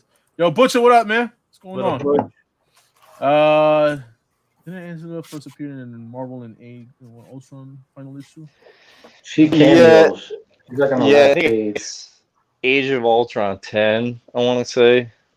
That's one of the ones people say for her first appearance in the Marvel universe. And there's a variant cover, Quesada variant cover. She's on the cover. But it's just the interior page, I think. Yeah. All right, broski. So we're moving on from Angela, man, and we're moving some more allies. The allies from from Spawn, bro. So this one is Spawn 72. In the cover, you see Cogalostro, who was a Spawn in the past, that's trying to guide Al Simmons to do the right thing as he's battling through hell and heaven, and he's going through a lot of issues, and he tries to guide him to doing something to help the battle, the war between them two. 76. I just wanted to take Granny Blake, which is the one behind Spawn in that one in the middle issue. She plays a lot of part because he he comes to her for like guidance or for remorse or for just help to what he's going through whenever he's battling or going through trouble. So she kind of like helps him to know that he's still a good person. And of course, you see him with Wanda Blake, which is the reason why he came back, making deals with Malbolgia and trying to come back to earn her love again and be him again. And then that one on the far right is just Cyan, and she plays a part of it, which is I think Wanda Blake's and Terry Fitzgerald's daughter, but she also like feel able to like sense that he's in danger, and she ends up getting a shoelace from him on issue 49. I think it was 49 or 50. She ends up getting a shoelace, and the shoelace that she wraps around her neck with like a chupon, a sucker, and she ends up like wanting it real bad. And she has issues whenever she it's not with her. Like it's something that I guess she carries on with her that she feels. So she feels kind of like his danger. Yeah. There's a great scene in the cartoon too with where they actually recreate that scene with Granny and everything in the cartoon. So I recommend, and if you could get the DVDs or whatever for the cartoon, go watch it. It's on Amazon Prime. Oh, Amazon Prime. Okay. Amazon Prime has season 1 and season 2 and 3. So they have. I think they're even on YouTube, so you could watch them on YouTube. Yeah, there you go. Yo, man, but yeah, you just wanted to highlight just a few allies there, man. But we're gonna go on from allies, man. We're moving on to villains, man, and Broski. And villains, yeah, this is the Violator, which plays a big part earlier in the series, and he ends up trying to make him do stuff the opposite, and ends up trying to make him do stuff his bidding for Malbolgia, and he ends up tricking, does a lot of mind manipulation towards the process, and of course him in a Violator battle, and then you got and this is cover 4 is like the cover appearance, and then 83. I just put it because it's Jason Wynn. Jason Wynn is the reason why he died in the first place, and we're gonna get more into it later. But yeah, he ends up playing a big part of him. The reason why he's in retaliation, he wants to kind of kill him, and that's why I put that cover, because I that's one of the cover appearances of him as Jason Wynn. Yeah. I want to give any input in these books, man. Not these books in particular, but I mean, again, the great story. The Violators too. If you don't know like the history of what the Violators are, the miniseries, yeah. They are the guides for the Spawn. Every Spawn gets like a guide or like a person that that's tied to them to make sure that they stay on the path of being, doing Malbolgia's bidding. So every Spawn had a Violator at some point, But I do want to show the Japanese Violator miniseries. I got you, brother. Collected here. Give me a second, bro. This was something I didn't know existed, but a lot of the image books, Gen 13, almost every image book that came out in that first run, they all had Japanese versions. And this is all 3 issues of the Violator collected in one issue. And I believe there's a couple of printings of these. It's probably like 2 or 3 printings. This is the first print. The first print has this blue obi, or this blue, little bookmark thing here. So yeah, this is just another cool, interesting thing. Not too expensive. Probably get one for like $20-$30. But still another hard to find, little rare Spawn collector. Yeah. Yo, dude, when you was in Japan and you showed off a couple of Spawn stuff you picked up from over there, man. Yeah, there was another Spawn too. I got number 2. This is issue 2 of the Japanese Spawn right here. This is the first print as well. All the printings have a different color thing, so they all have different ones. If you go on Spawn, the website, I think X gave Spawn World. Yeah, the Spawn World website. It tells you all the printings, and number 1 has like 12 printings, which is crazy. And the last of the Japanese ones I have, which is like really fucking rare, because this one was limited too. I don't know how many, but this is the gold Spawn number 10. Sweet. So this was this one, I believe 21 has a silver cover, silver foil. So. Oh shit! Okay. Yeah. School us. You know what I mean? Those are just some cool things I picked up a long time ago. Yo, real quick, man. I want to give a shout out to Raider Roar. Raider Roar mentioned a Spawn number 1 book that I didn't know. He said it's a mini comic that came in the rarest Spawn number 1. It was available inside a Spawn animated movie package. And it was given out Best Buy, super low print run on that one. So shout out to him. Didn't know about that. It came with the Steelbook Spawn. Yeah. Awesome, man. And 2, I think just real quick before we move on, we didn't really talk about Jim Downing. And Jim Downing, he plays kind of a key into all the stuff that's happening now with Spawn too. And in issue 301, because I'm catching up on Spawn right now, they actually mention, if you remember, if you read Spawn number 2, Spawn tries to turn back human, and everything. Yeah. He's trying to figure out how to use his powers to turn human, and he turns into a white guy with blonde hair. Yeah, I remember that. Now, Jim Downing is a white dude with blonde hair. He's an angel that fell from heaven or whatever. And they, in 301, they confirm basically that issue 2 is the first appearance of Jim Downing. Because and there's a page, and I wish I had it here to show y'all, but it basically says Jim Downing was like this guy that was tied to Spawn originally, that he took possession of him. So he wasn't turning, like he was literally swapping places with him. And if you know Jim Downing and him, they're both connected, so they both swap places. That's why you got Al Simmons now, and you have Jim Downing in a coma, which he's not in a coma anymore right now. But yeah, so just an interesting fact. So Spawn number 2 is another key book and another key character with Spawn. So yo, David Sickin in, man, I think your name should be the Violator, bro. Definitely, hands down. Oh shit, man! All right, we're gonna get back on track, guys, man, because we got some layouts left, man, for this Spawn segment, man, and we're gonna keep on track with the villains, man. Some of the villains that we want to continue mentioning, some of them, Broski. Yeah, so that is the issue number 37 is the Freak. He comes in and he comes into his territory and tries to take over the Rat City, which is the back alleys of homeless people. And so he tries to do that, and he comes out. About Spawn, most of these that die come back. So that's what we gotta know on Spawn, as Mabulja brings them back because of a Spawn situation. Al Simmons, issue 13. That is what's called Bruce Stenson, aka what's called a Chapel. So he basically was on Youngblood's number 1 through Liefeld's book, but he plays a big part because he used to, when Spawn used to do like how you say, like hits or whatever for Jason Wynn at the time when he was doing his mission. He was considered one of his best friends, his side worker to help him out during the thing, and he feels like he killed him. And when later on you find out who does, and later in the stories, and then 6 is what's his name? So it was Overkill, and he ends up what's called. So there was a mafia guy. Top of my head, I can't remember. Tony Twist. Tony Twist.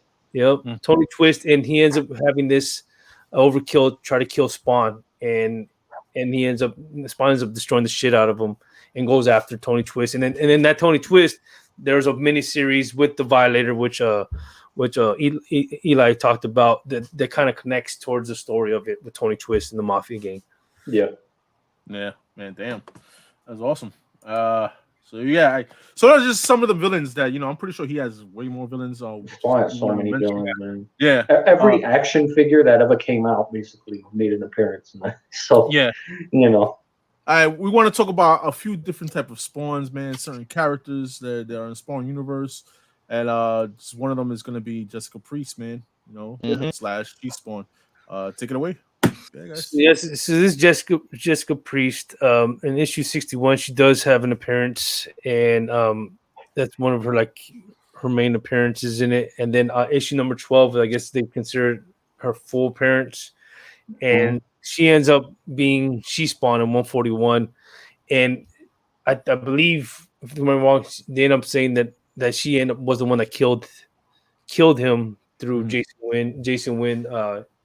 Authorizes the hit to kill Spawn because Spawn was on one of his missions, and he knew he was gonna get out, but he didn't want him to get out. He wanted to kill him.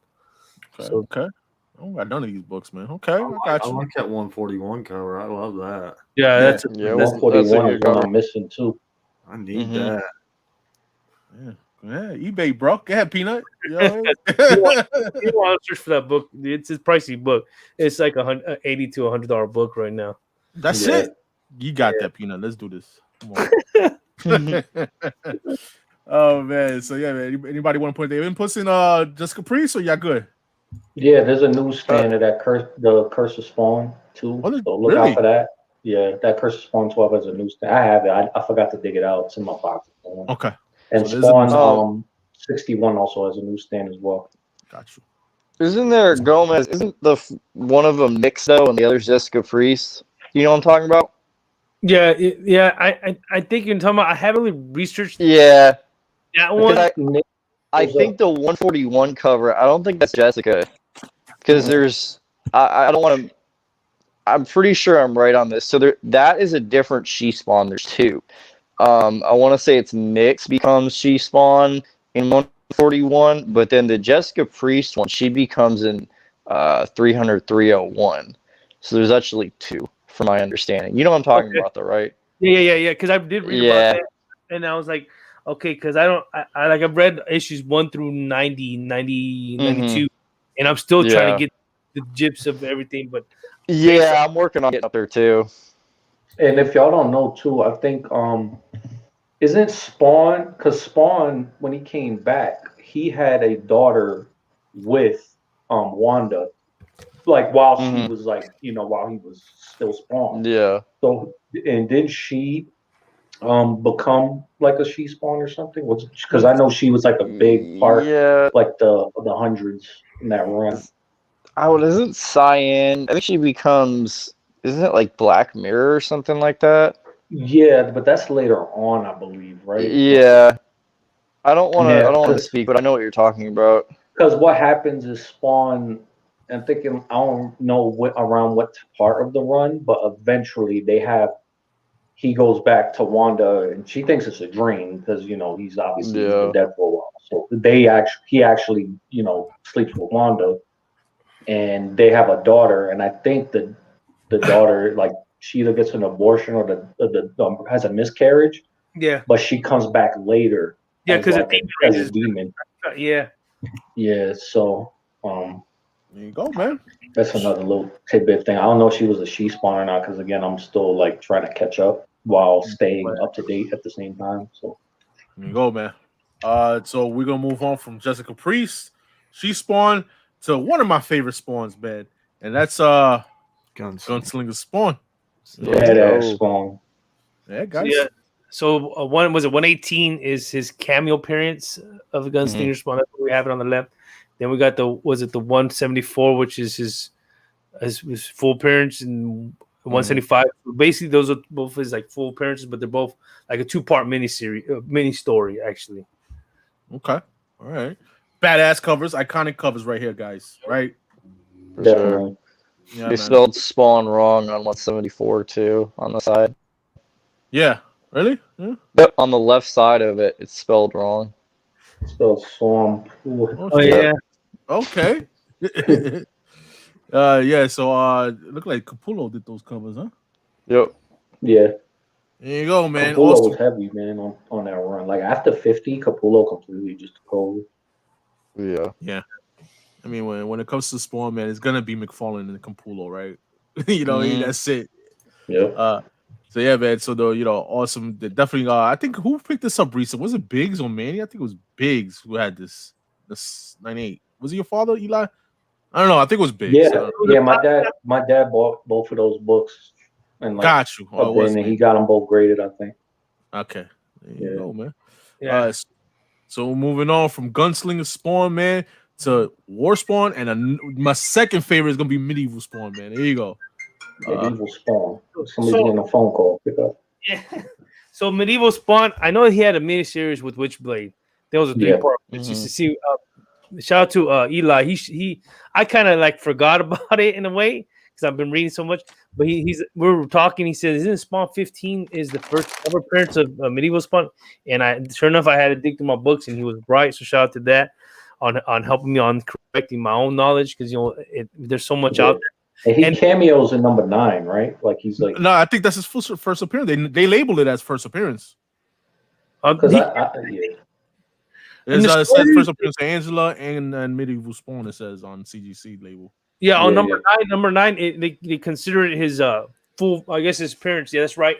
Medieval Spawn. This is his cover. I guess his cover appearance. Yeah, first cover appearance. So Eli's right. 9 is his very first appearance on with Angela on the front cover, and then we got the War Spawn, which this story I think is a one-shot, I believe, and it's just a guy during World War I.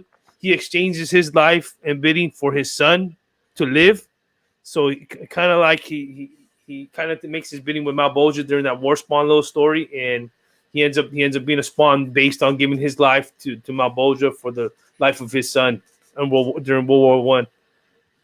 Yeah, definitely, man. Yeah, Big said he had a 9.8 Gunslinger Spawn. Shout out to Jeff G. What's going on, man? Bob World, what's up? Thank you, everybody, for joining us. Make sure y'all guys leave a thumbs up and subscribe. If you're new to the channel, man, make sure you subscribe and turn on notification bells so you don't miss new episodes of East Meets West. So yeah, man. So we're gonna go from War Spawn and my second favorite medieval Spawn, to Spawn when he gets his wings, man. This issue right here, Gomez. So yeah, so Spawn 219, I guess they consider this like actually he gets wings, and that goes based on what Eli says. This is actually not Al Simmons. This is Jim. Was it Jim Downing? Downing. There he goes. And so this is actually him giving his wings. So we got a little more in the issues. So this is actually the photo on the far right. That's the actual last panel of that issue. And these are just black and white books, but I think they're not really they're like kind of like they have those Mexican variants or those other obscure variants, all straight, whatever they want. But the actual I have 219. I didn't know they have a sketch. So yeah. All right. Well, real quick before we move on, man, let me highlight this comment right here from my man Thoro, man. I guess he was talking to you, Eli. Yeah. He said, "Yo, my bad. I have my daughters, but I heard Eli talking about Cyan. She becomes Misery in issue 270 something. So 270 something. In the 270s, yeah, she had like a whole story arc. She went to Japan to like try to hide from the demons and wind up going towards more demons that are trying to go after Spawn in Japan. It's like they're like Yakuza. They kidnap her, and then she gets her powers. She starts developing her powers and stuff. It's crazy. Crazy run. All right, so we're moving on from when Spawn got his wings, man, to one character of Spawn that's kind of like recent, right? Ninja Spawn, right? Yeah, so Ninja Spawn actually was about like a cameo appearance in 300. You can see him on the back of that cover, but his first full appearance is 301, if I'm not certain. From what I did with the research, I read a little bit of it. It does have so what happened on 301? They show you actually all the spawns coming, and they have like little synopsises of or little hidden like little stories on these spawns that are coming out. Which this could be a key because with his short stories, this could be something that might tie into what's going on now, as opposed to on who these characters are. So 301 actually, and there's a lot of 301s. That's like so, Spawn 301. There's a lot of 301s. I have a question. So 297's what is this? First appearance or what? I think 297 was cameo. There you go. Yeah, it's a cameo. 300 is just cover. Right? Cover 301 is full first. Full first in the back, and actually it's full. He actually breaks down who he is. He gets like 2 pages or a page. I just want people to understand that. You know what I'm saying? We gotta break it down. Yeah. All right, so we're moving on from that to some of these rare books, man. One of the rare books for when the Spawns, man, low printed was 185. What do you think about this cover, man? So 185. There's a ton of covers, but this, as Eli pointed out, this is where Spawn actually dies, and Jim Downing actually takes over the mantle of being Spawn, which he says earlier that issue number 2 you see him for quick panels when he sees Wanda and as a white guy. So that's this one is crazy because some of these are really scarce books, like the one with the head cut off on the far right, 185, the end game. That one's a hard one to find. These books are really expensive because it is a key issue. Real quick before my man over here says Al Simmons only a certain run. No, that's technically 1 to 185 is all Al Simmons, and then 250 he comes back, I think. So for everything from 1 to 185 and then 250 on, that's all Al Simmons. Everything from 185 to 250 is like Jim Downing. So there you go, man. And then of course you had your little tie-in series, and they spotlighted different characters and stuff. All right, so we're moving on from this one to the other 185. There you go. Yeah. I hate this book. Yeah. All right. Why, man? Why, X? Because I'll have $8,000 to spend on a variant. But this is the most expensive Spawn book for those who don't know the sketch. Oh yeah, this is a nightmare for people who collect Spawn. Because you can the color. Yeah. Real quick. Expensive. The sketch one is very expensive. Yes, it is. I wanted to say a little story about the sketch one. Now that X is talking about it, my man James picked it up. I forgot for cheap, bro. Cheap.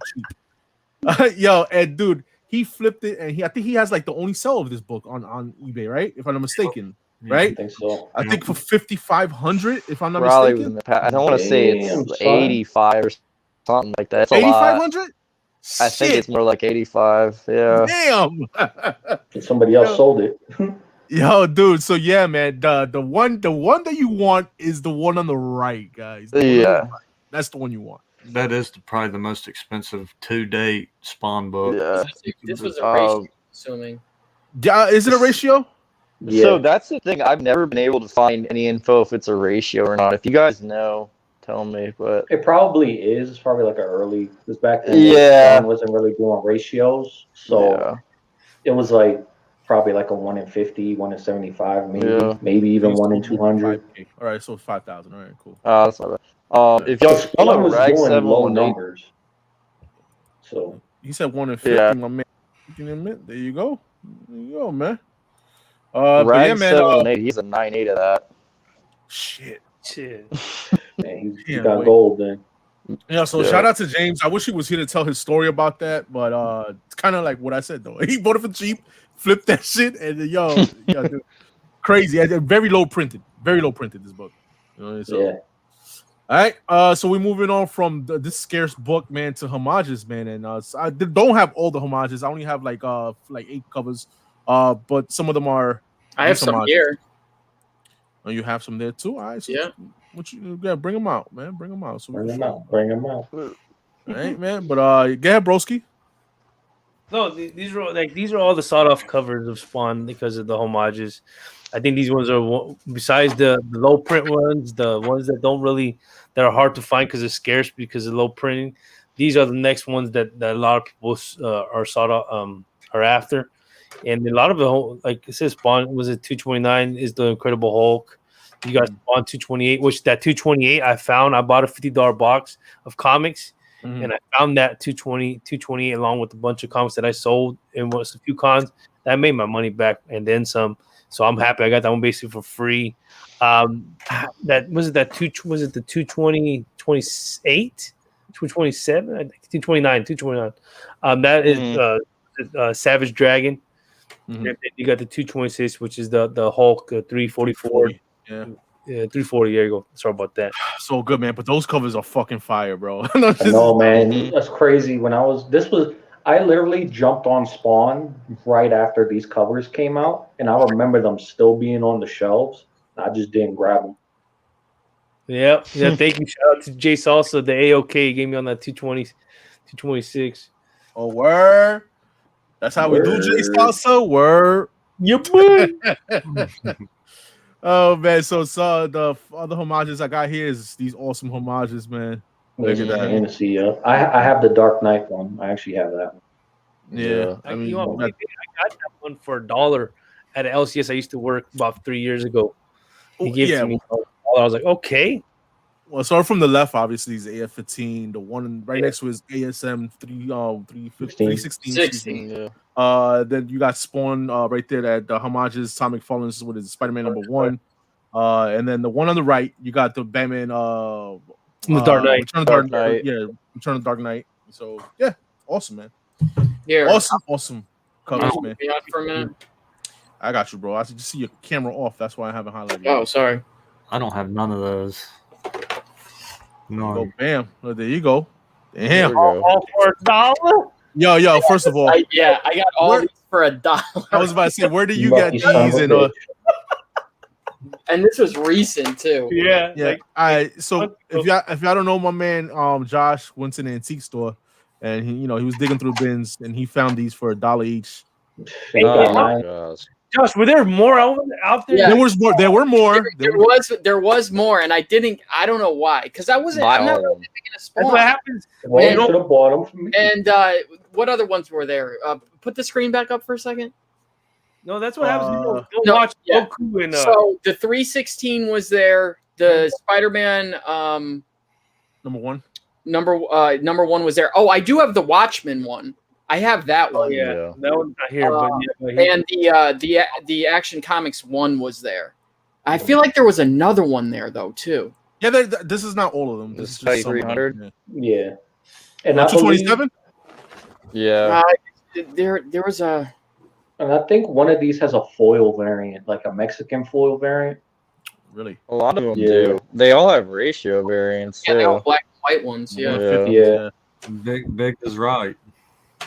What happened? Hold on. Let me I highlight my man Biggs. The original homage cover of Spawn number 8, which homages Spider-Man number. Yes. Yeah. Yeah.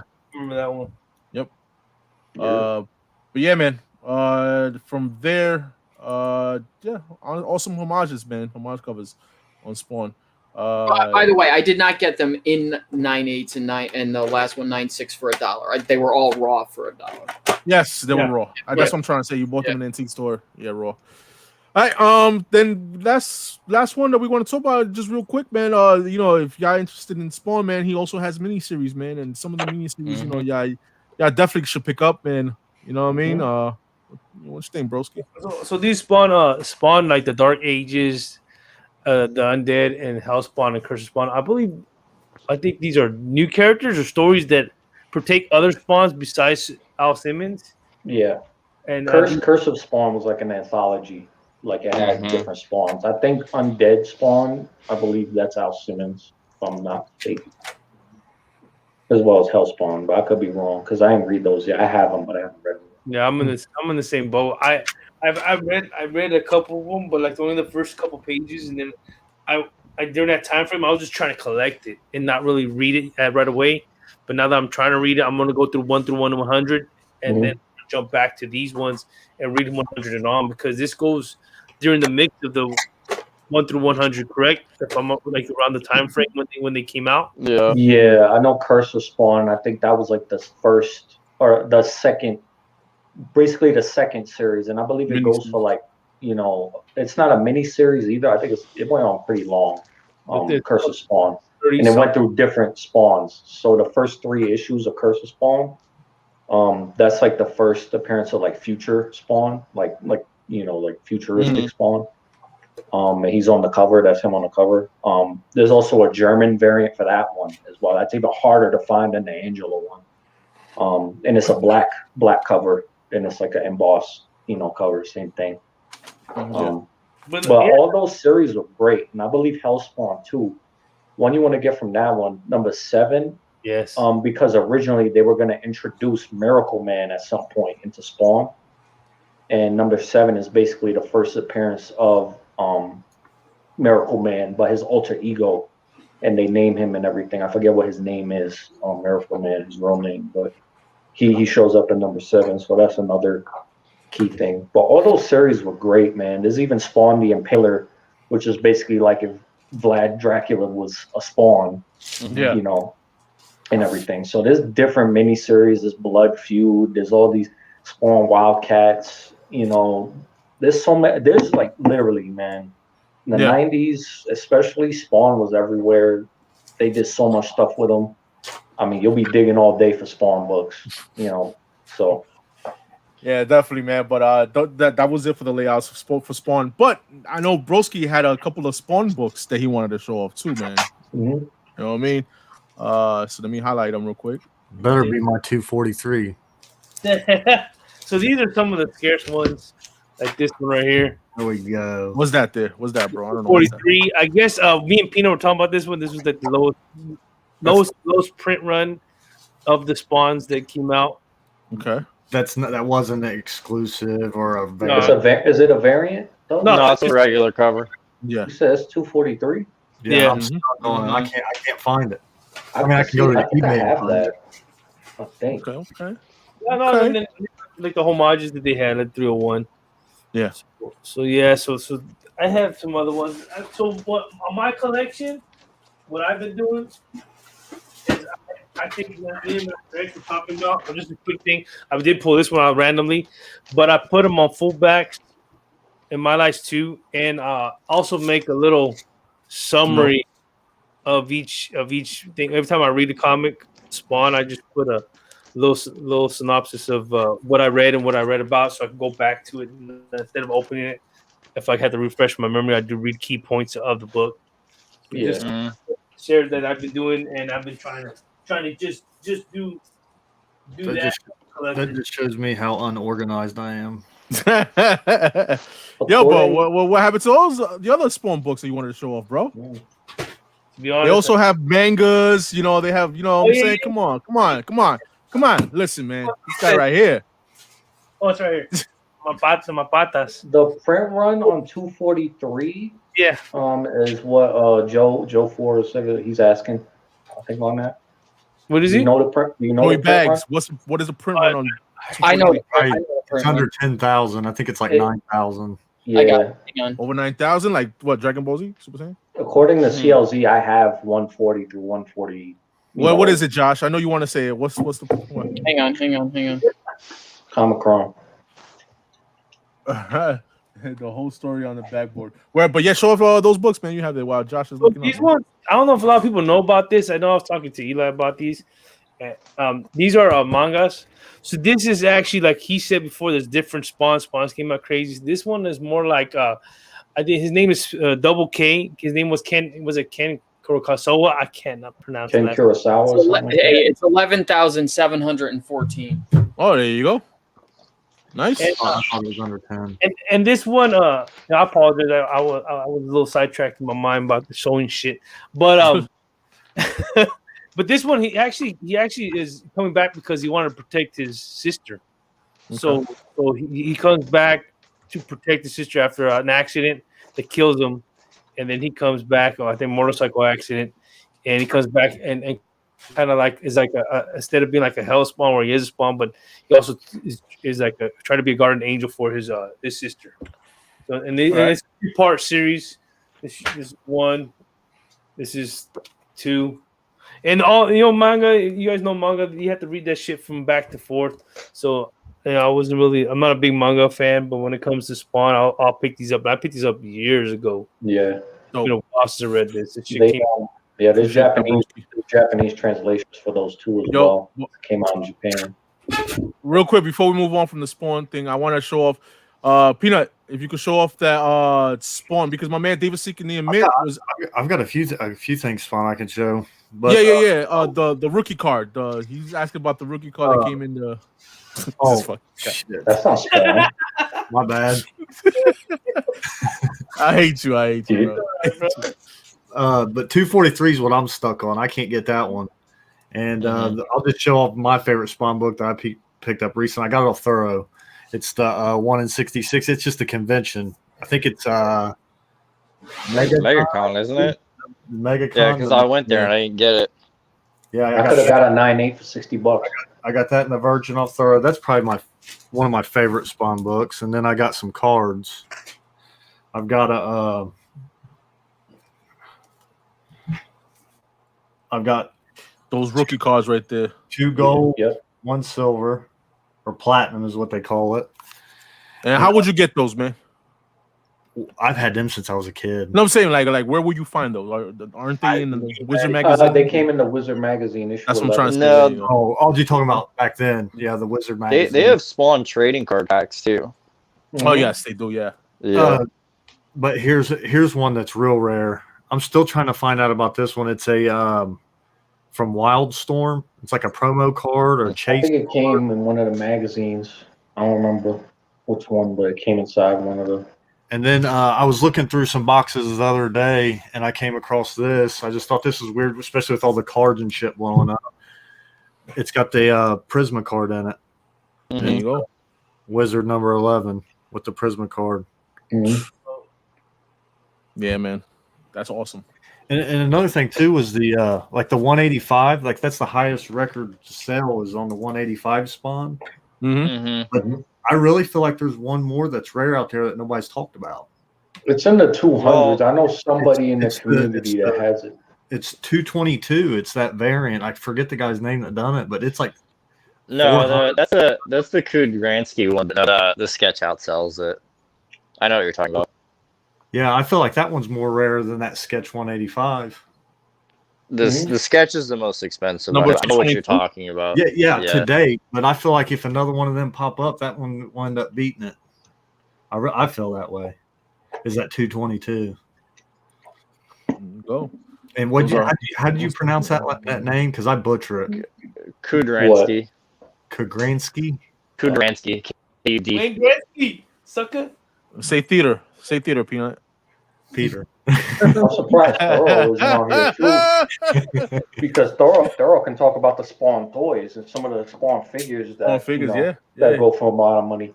I know I had one of the Spawn figures. I had the Spawn 10th anniversary figure, and that shit goes for like $500, like brand new, the box. And I had that figure a long time ago as a kid. I opened that shit. Have you seen Todd McFarlane's his Kickstarter one that he released? It might have been a year ago. I did, and I backed it, and then I pulled my backing, and I'm kind of regretting it now because I just wanted the comics. You know, I didn't really care about the figures. I just wanted comics. Yo, Peanut, real quick, my man said he wants to see the back of the Spawn card. Which one? The black one, the last one. The promo? Oh shit! Yeah, the promo. The promo one. Yeah, those mail away ones. Man, I hate that camera. I hate autofocus. Like, the promo one is right. Let me get it. It's the gold one. Let me just take it out. It's transparent. It's almost like see-through. There you go. You know what? I don't think it came in a magazine. I actually remember there were like the actual image cards, and they came in packs, and they were like these long cards. Because I know I had one of them. Yeah, I don't know if it was an insert card, chase card. I don't know what it was, but a promo card. You can't. Everybody's labeled this different on eBay when you try to find out anything about it. Oh, you had them packs? Yeah, I have a pack right here. Yeah. Hold on. Let me highlight my man X, man. Bam, right there. Bam. There you go. He said it's not a promo. Those are inserts. Yeah. There are some inserts too, but they have cards also. That's what I was thinking too, Joey Bags. It looked like an acetate type. Oh, there you go. That's the shop news right there that he was talking about earlier, guys. Yeah, I was gonna show these too if y'all don't mind. Yeah, go ahead, brother. Yeah, this is the shop news one I was talking about, and these are actually really tough to find. But I got picked this one up back in the day. This is another one we didn't talk about. Not a lot of people know about this one. This is a 166 is a second print, and this will run about $100 actually, and you wouldn't know it's a second print. Yep. Wow. I gotta see if I have that. I don't think I do. Yeah, that's a tough one. And then Spawn 70 newsstand. This is a tough one. Back in the day, there was a copy that sold for like $400. So I don't know why, but if you ever see this in the back end, this is like a secret one to look for. Oh yeah. Spawn Book 3D. That's another number one. Yeah. Yeah, museum. Yeah. And then for 216, this used to be the low print book. Like people switched the sought after low print spawns, and they have a black and white for 216, which not a lot of people know about. So, and then I got my black and white ones. Damn. And this one's one of the harder to find ones, and then I found this way back in the day. So I just need the black and white. But damn, bro. Yeah, it was dope. Damn, yo, those are awesome, bro. So yeah, just a little taste of these guys collect. And again, look at Gomez licking his lips up there, bro. I found that 185 in a while too. Tell her how you feel, broski. Tell her how you feel, bro. Yeah. And there's like, you know, Spawn's got video games out there too. Yeah. You know, you got the Spawn PS1 game, which there's two versions. There's the Japanese version, obviously, and there's a foil manual, and then there's a manual without the foil. I have both. I have one with the foil and one without the foil. Yeah. So Yo, real quick. I know Gomez kind of like talked about it, but you know, how do y'all feel about the McFarlane news, bro? About the Spawn universe expanding now, and everybody getting like their own kind of series, one shots and stuff like that. What do y'all think about that?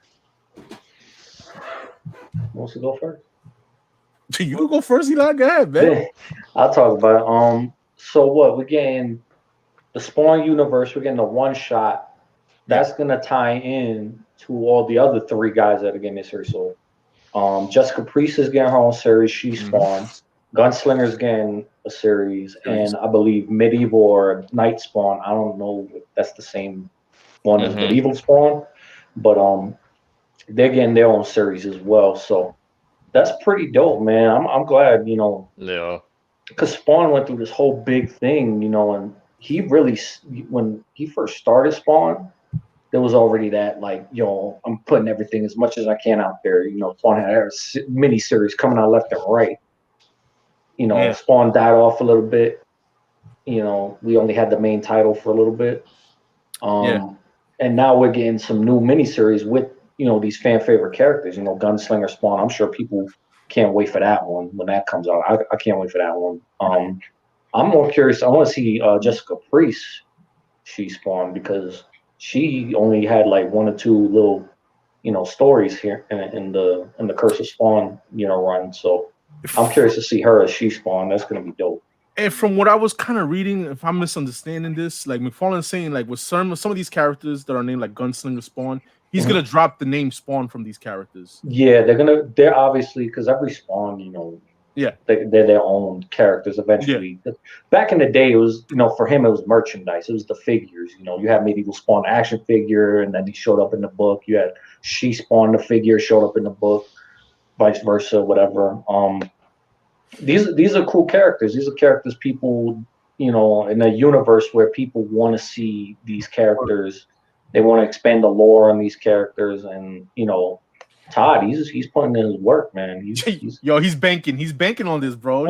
Well, just to touch that base, he's having a lot of artists work with it too as well, because he said even on the video that he can't really do it himself. He needs to bring out people that will collaborate with him, and that's going to be awesome. And it's not going to be a book that's going to come out just one book a month. He's going to have these weekly type books, books coming out weekly, and you know it's going to be awesome. Like me, I can think back when Universe X said, "I'm picking them all up. I'm picking them up too." Yeah, I mean, dude, he was dropping names like certain artists. And one of the even writers, like one of the big ones was Donny Cates. He said Donny Cates is going to be writing some Spawn a little bit. Dude, the fuck. You know what I mean? Donny Cates running Spawn. That come on. You know what I mean? You're gonna see some first time artists too on Spawn as well. You know, some artists that we never seen before. That's gonna be cool though. Donny Cates. If Donny Cates, because I don't know how well versed Donny Cates is, but I'm sure he'll do his research on Spawn. He'll do a good job on Spawn. But listen, you can't. Like Donny Cates like writing dark universe type things, and what better character than fucking Spawn, right? You know what I mean? Yeah, man. So Spawn's coming 2021, 22. Here's Spawn. Now, if we could just get Wildcats to come back. There you go. Case could introduce Cosmic Spawn. There you go. He'll have a motorbike he rides in space, or maybe he'll fly on like a surfboard or something that's like a green flaming surfboard. All right. So we're gonna move on from there, man. But before we move on to our last segment, which is FOC, I want to talk about quick little bit thing about this stuff that's coming out, man. DC announced that Batman 89 and Superman 78 are getting little miniseries, you know what I'm saying, coming in, but they're gonna come out in digital, guys. All right, man. With Batman 89, man. I heard what's his name? Sam Hamm. I wrote this down. Sam Hamm. He wrote the first Batman, and he's gonna be writing the story for this digital Batman 89. You know what I mean? So there's they say in this story with the Batman 89, they're gonna reintroduce Selina Kyle, Catwoman, and they build a brand new Robin. You know what I mean? So this takes place basically after Batman Returns. Anything after that, I don't think is canon when it comes to this. You know what I mean? So Batman 1, Tim Burton, and Batman Returns, Tim Burton is basically this is the world where they're gonna take off with this. And then we have Superman 78. Don't know much about that, but that's coming out too. But they're gonna drop these digitally July 27th, and they're gonna start off with 6 digital chapters from what I understood. Yeah, 6 digital chapters for each book. Digital first, as far as I know. Yes. So they will come out in print, and they're gonna come out weekly too. 6 chapters come out weekly or whatever. They're gonna basically July 27th they come out digital, and then they're gonna start. I wrote this down: printed August and October. So yeah, Batman's getting August, and then Superman's gonna come out in October, printed. There's also hardcovers coming out for both of these, which come out in October. Batman 89 comes out in October. Superman 78 comes out in November. So yeah, man, I can't wait, man. Honestly speaking, when it comes to the digital stuff, I have my own say about that. I don't agree with it. I feel like there's no money making in that. But I guess just as DC trying to push that digital stuff. It's an extra revenue stream. I mean, they're not losing money with it, so. Yeah, I guess, but man. The sales aren't there yet to just be doing digital stuff. But yeah, it all gets printed eventually. Yeah. Like all that stuff, like the Clone. I know there was a Clone Wars digital comic that got put into print. Now that book goes for like $1,000 billion. But hey, I'm picking them up. Yeah. I mean, I'm not a big fan of Superman as much as I am Batman. So, but I'm gonna pick them both up. I'm gonna get that Batman 89 definitely. David. But yeah, man, I was thinking, I was like, I had a question, and I was thinking, I'm like, yo, is this digital stuff gonna kind of, kill the print runs on this, like physical copies of this when it comes out? Because you first get a digital. Now, if I read a digital, what makes me think and it just sucks? What makes me want to get the physical copy? You know exactly. what I mean? Right. So I mean, they already because those Walmart books, those were all like digital first stories that they put in the Walmarts. Yeah. And then the Walmart stuff, then they put that in comics separate. So they had those books. Yeah. Like, the Batman universe or whatever it was called, the Superman and the Wonder Woman. I don't think it does nothing, man. I think it just helps people read. People that want to read it, it's easier for them to, get the digital copies. I just saw that now. My man say what's missing. Dirty dude. Rule 34, David. I'm waiting for Spawn forever. All right. There you go. Zoris, no doubt, man. Imagine Plague Spawn being Black Winter. That'd be some shit.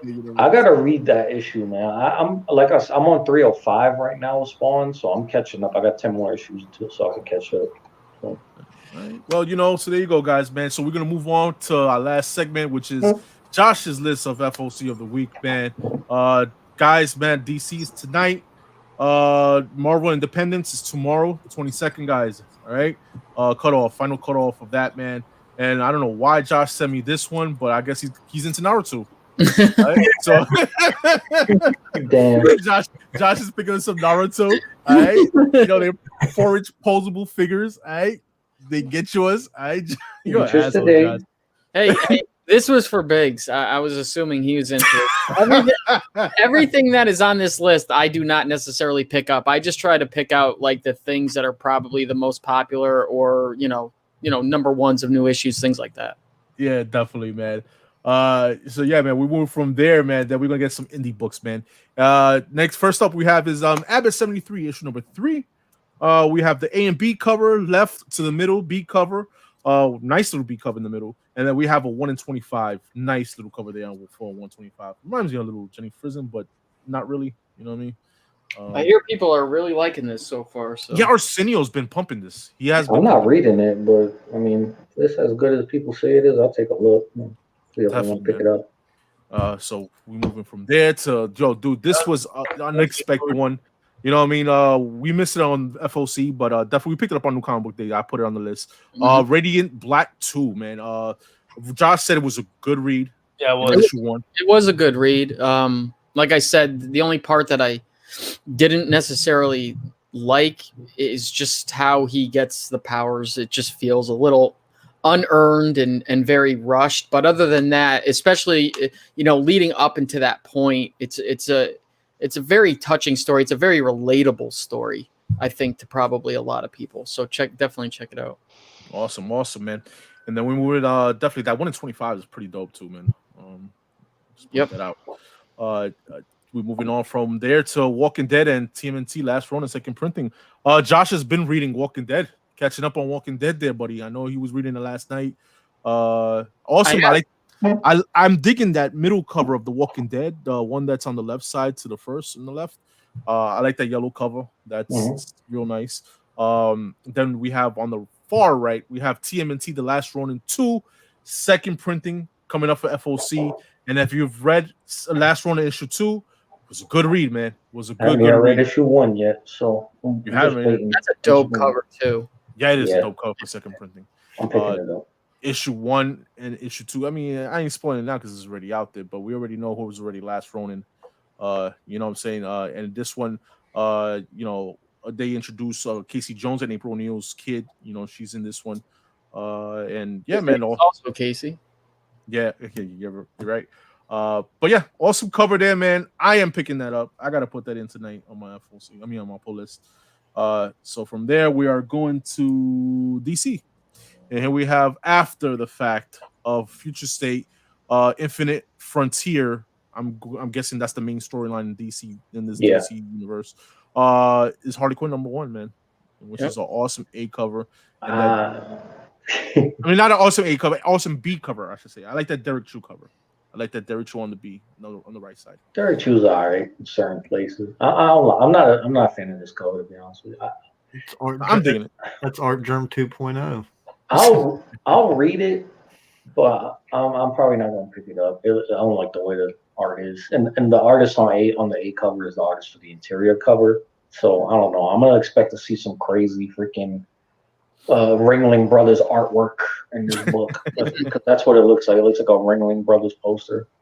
So I'll give it a re-listen, man. From what I've read from Future State of Harley Quinn, it was an awesome 2-book miniseries, yo. It was dope. I felt it was a little rushed because there's only 2 issues. I feel like they could have gone more deep into that realm of Harley Quinn being a detective and teaming up with Scarecrow and facing fucking Black Mask. It was awesome read. I enjoyed it. Definitely. I agree. Yeah. I feel like she's just been stuck in this limbo where they can't figure out what to do with her. Mm-hmm. You know, she's like Deadpool. They don't know what the hell to do. Yeah, like after kind of breaking her away from Joker, she's just, you know, they just don't know what to do with her. I thought for sure they were going to shelf her for a minute. Obviously, they can't because she's probably arguably the second or third biggest character that they have. Yeah. So I was kind of hoping they'd put her on the shelf for a little while. So yeah, man. We're moving on from Harley, and then we move on to from DC to Marvel. And here we have Black Knight Curse Ebony Blade issue #1. So we're starting off, man, with the A cover, the Black Blank cover, the Cabal variant, the Momoko variant, and the Todd Nuck again headshot variant. Those headshot variants are stupid. They are stupid. Yeah. I feel like they've done it before. You know what I mean? So yeah. I like the Momoko cover. It looks dope. I think the black one is the best one. Yeah, the black cover. Just have Art Kemist draw something on that. Yeah, but they do have racial variants, man. They have some Ronlin variant on the left. Then they have a 1 in 25 looking crazy. That 1 in 25 is pretty dope. Yes. Yeah, I like that one. Yeah, I'm probably not gonna get it, but I need it. Yeah, and then they have a 1 in 100 Momoko variant. Here's the trade and the trade dress, and then there's a Virgin variant, 1 in 100 of Momoko. Then from Black Knight, we're moving on to Captain Marvel issue 27, guys. Then we have the cover A. Then they doing like a Marvel theme month, I guess, of Man Thing, and this is a Marvel thing variant. Dope. Yo, I don't know why, but when I was looking at this, I just have a feeling that Hans 1 in 25 is gonna be something. I needs that. FOC. I'm about to order fucking 25 of these cover A's just to get that bitch. Let me stop. Yeah, order them up, Joker. I need some. Yeah, Peter. But that Hans is very nice. I like that. Hans is awesome when it comes to very artist. Yeah, man. So that 1 in 25 is sick, man. Is it gonna do the numbers that the Taskmaster did? That Taskmaster 1 in 25 issue 3. I don't know, but is anybody picking up Captain Marvel? You know what I'm saying? You gotta think about that. But I'm not. The reason why that Taskmaster 3 1 in 25 blew up is because the print run on that wasn't high at all. So obviously, to get 25 books of that, to get that 1 in 25, hey, you're in the money, All right, so we're moving on from Captain Marvel to Champions, man. And listen, man, I've been saying these Champions, hold on to them. Hold on to these Champion books, man. Awesome A cover. I'm digging that graffiti type thing cover. But these Man Thing variants, I'm not digging them, bro. I'm sorry. These shits. I don't know why they even doing that. Yo, I don't know. This thing Marvel thing variant trash. And then after this, man, you already know, man, Josh's favorite Omnibus. All right. So you got Fantastic Four. He just showed you. Well, you showed us, right? No, it was Captain America you showed off. Yeah, but I do have this. Yeah, you did. You showed it off a few weeks ago. Yeah. Fantastic Four Omnibus hardcover volume 2. And you have the original Jack Kirby cover, and then you have a variant to that. That's Alex Ross. That's Alex Ross. Oh, there you go. Is it? I'm pretty sure. Yeah, he I does. don't think it is. I think it is. Hang on, because I think he does. I'll look it up. Keep going. Yeah, go ahead. So yeah, man, dude, I think it's $100 now. You know what I mean? If you pick it up from previews. Yeah, man, because once they get 35%. Yeah, for real. From there, we're moving on to Iron Fist, Heart of the Dragon, issue number 3. We got the A and B cover. I ain't see no ratio for this. So nice covers though, man. I like that cover. I'm sorry, it's the Ladron cover. Ladron? Alex Ross does the variants on, I forget which one. He does it on because they do a variant cover for all the omnibuses, and he does a couple on it. Volume 1, I know he did the cover for it. Yeah. Yeah. There you go, man. But then we got Iron Fist, like I said, Heart of the Dragon. I'm digging the A cover. Yeah, it's a nice little painted cover. Yeah, it is. That B cover, I don't know what the fuck that is, but it's a black cover, so it might be hard to get it. Is that like the Native American joint? That B cover? That's what it looks like. I think it's I don't know. Could be. So then we move from there to look like Iron Man. There you go. Iron Man, Alex Ross A cover. Alex Ross has been doing great covers for Iron Man. I think they're underrated, under the radar, those covers. Then you have Jen Bartel, Woman History Month. I'm getting all of these Woman History Month Jen Bartel because I'm a big Jen Bartel fan. I like her art. She just does awesome art. And then we also have another thing that they're going with the month. What is it? Month of March, which is the Michael Cho two-tone variant on the right there, which is pretty cool. So some of them are cool. Some of them, man. I only like the Spider-Man one. Spider-Man. You seen the Hulk? The Hulk one is nice. Yeah. She-Hulk. No, Hulk. Yeah, so we're going from there, man, to bam, King of Black Spider-Man issue number 1, man. You got the A cover. Then we have a variant. What is it? The Liefeld Deadpool. They doing 30th Thoro's favorite artist variant. That's right, Thoro's favorite artist. I'm gonna get that cover. Look, I know a lot of people don't like Grav Liefeld. I don't like him as a person either. But his art sometimes he hits it like on the head, on the head. Like that. It's a nice cover. It's got Venom on there. You got Deadpool whooping Venom's ass. Anytime Rob draws Deadpool or Cable or something, like it's a pickup automatically. People are gonna buy it. So he's got Deadpool. I'm picking it up. Whatever. All right, there you go, man. But after that, man, we sticking with some Marvel, and we got Spider-Woman issue 10. I don't know who the hell's reading Spider-Woman, but these covers, well, my favorite one obviously is gonna be the Jen Bartel, but we have an A cover. Jen Bartel's pretty sick. We got the Michael Cho two-tone variant again, like I said, and then the Ronlin variant. Right, all these cover price, obviously, no ratios. That regular cover's pretty dope. Yeah, it is. So one of the Korean artists that's not in Yuki. But yeah. This has been dope. I read the first issue; it was okay, but I'm not a big Spider-Woman fan. The only one that's reading this is, I think, it's Agu. So that's Agu. So then we're moving on there to from there. What is it? From Spider-Woman to Star Wars, and we have Bounty Hunters issue 10, and then we have High Republic, which is all the way in the right, number 1, 4th printing. All right, which was a late FOC. They put it, I think, a couple days ago. So yeah, man. So yeah, the Bounty Hunters A cover, and then they have the 40th anniversary of Empire Strikes Back in the middle, and yeah, 4th printing for High Republic, man. I put that in my pull list for printing. Same. Yeah. Wish I got my 2nd print. You put that in your list, Josh? Yeah, I did. All right, cool. All right, so we move from there, and we're going to sword number 4, man. Sword number 4. All right. So you got a King in Black tie-in, issue number 4. Shit's crazy. Look crazy, the A cover. But then they also have a 1 in 25. All right. And last book for FOC is gonna be this A cover is sick, man, for Thor. That A cover is badass, bro. Then you have this. I see that Michael Cho two-tone. I'm not digging that one. 1 in 25 is fucking dope. Yeah, that 1 in 25 is sick too. So the one to get to me is A and the 1 in 25. Definitely. I hope Thor doesn't die again. Jesus Christ. It's like the 2nd time he died this year. Alone. He's died other times. Shit. Yeah, so awesome covers, man. And that is Josh's picks for FOC. Yo, going back to sorry, I got a phone call right in the middle of that, but going back to that Spider-Woman A cover, yo, I feel like every Spider-Woman cover looks exactly the same. Exactly the same. Well, that's the same dude that it's not in Hughley. I forget what his name is. It's the other. He's doing Power Rangers right now. Yeah, his artwork, a lot of it is like he's basically in Hughley, except the faces are kind of like fucked up. But I mean, it's like it always looks like the same pose with no real background to it. It's just her. Like they need to do something else for those covers. Not that I'm sure that they really. Yeah. I'm sure it's not that big of a seller anyway, but yeah. Yo, shout out to X Collect. What's going on? Comics are great. Thank you for joining us, man. If y'all just joining us, man, just catch this on the rewind. Definitely, it was worth it, man. We gave a lot of information there today on this episode, man. Take notes. Give us an example, Josh. How about you give us an example, James, when you get in here? How about that?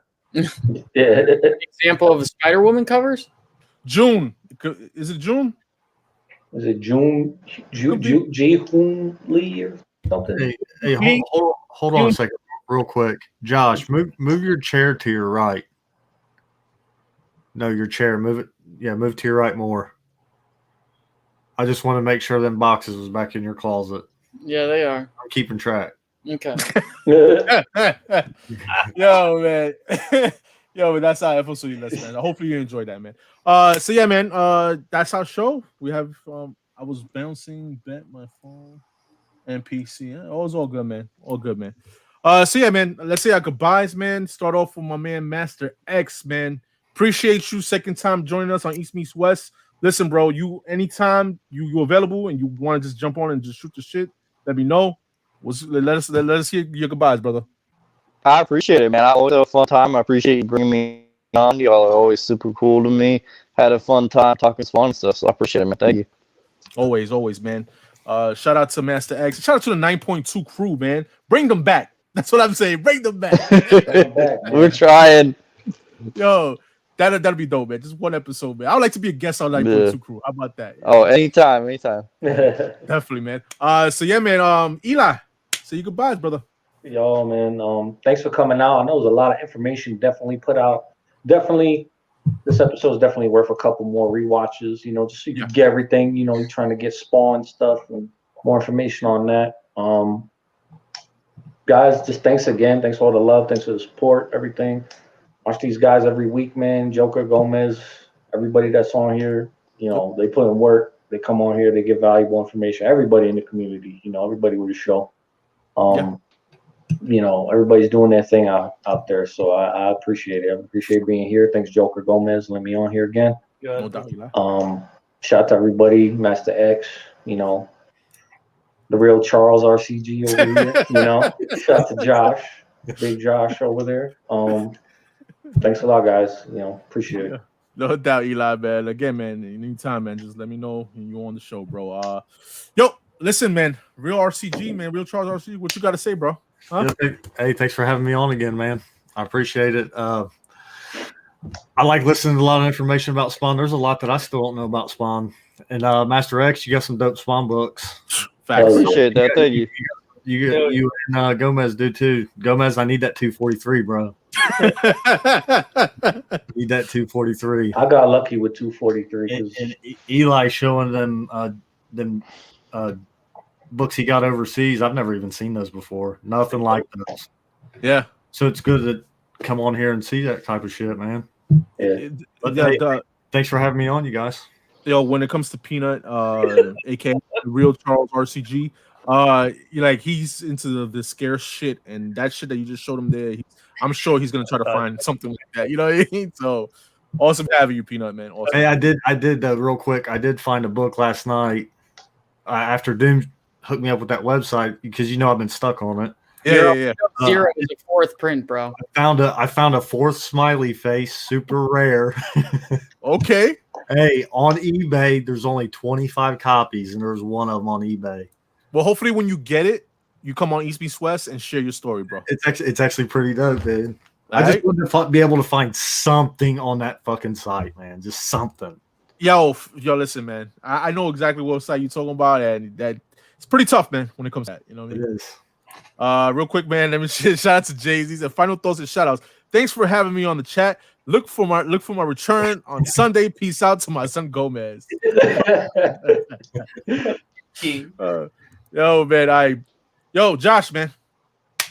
So yeah, thanks to X Kakawate and Eli for coming on again. You guys have already been on before, so thank you for coming on again. And look out again. I know we've mentioned it a couple times, but LETT and I got something in the works coming soon. Hopefully, very soon. But we got some work to do on some things, but it's coming soon. So stay tuned.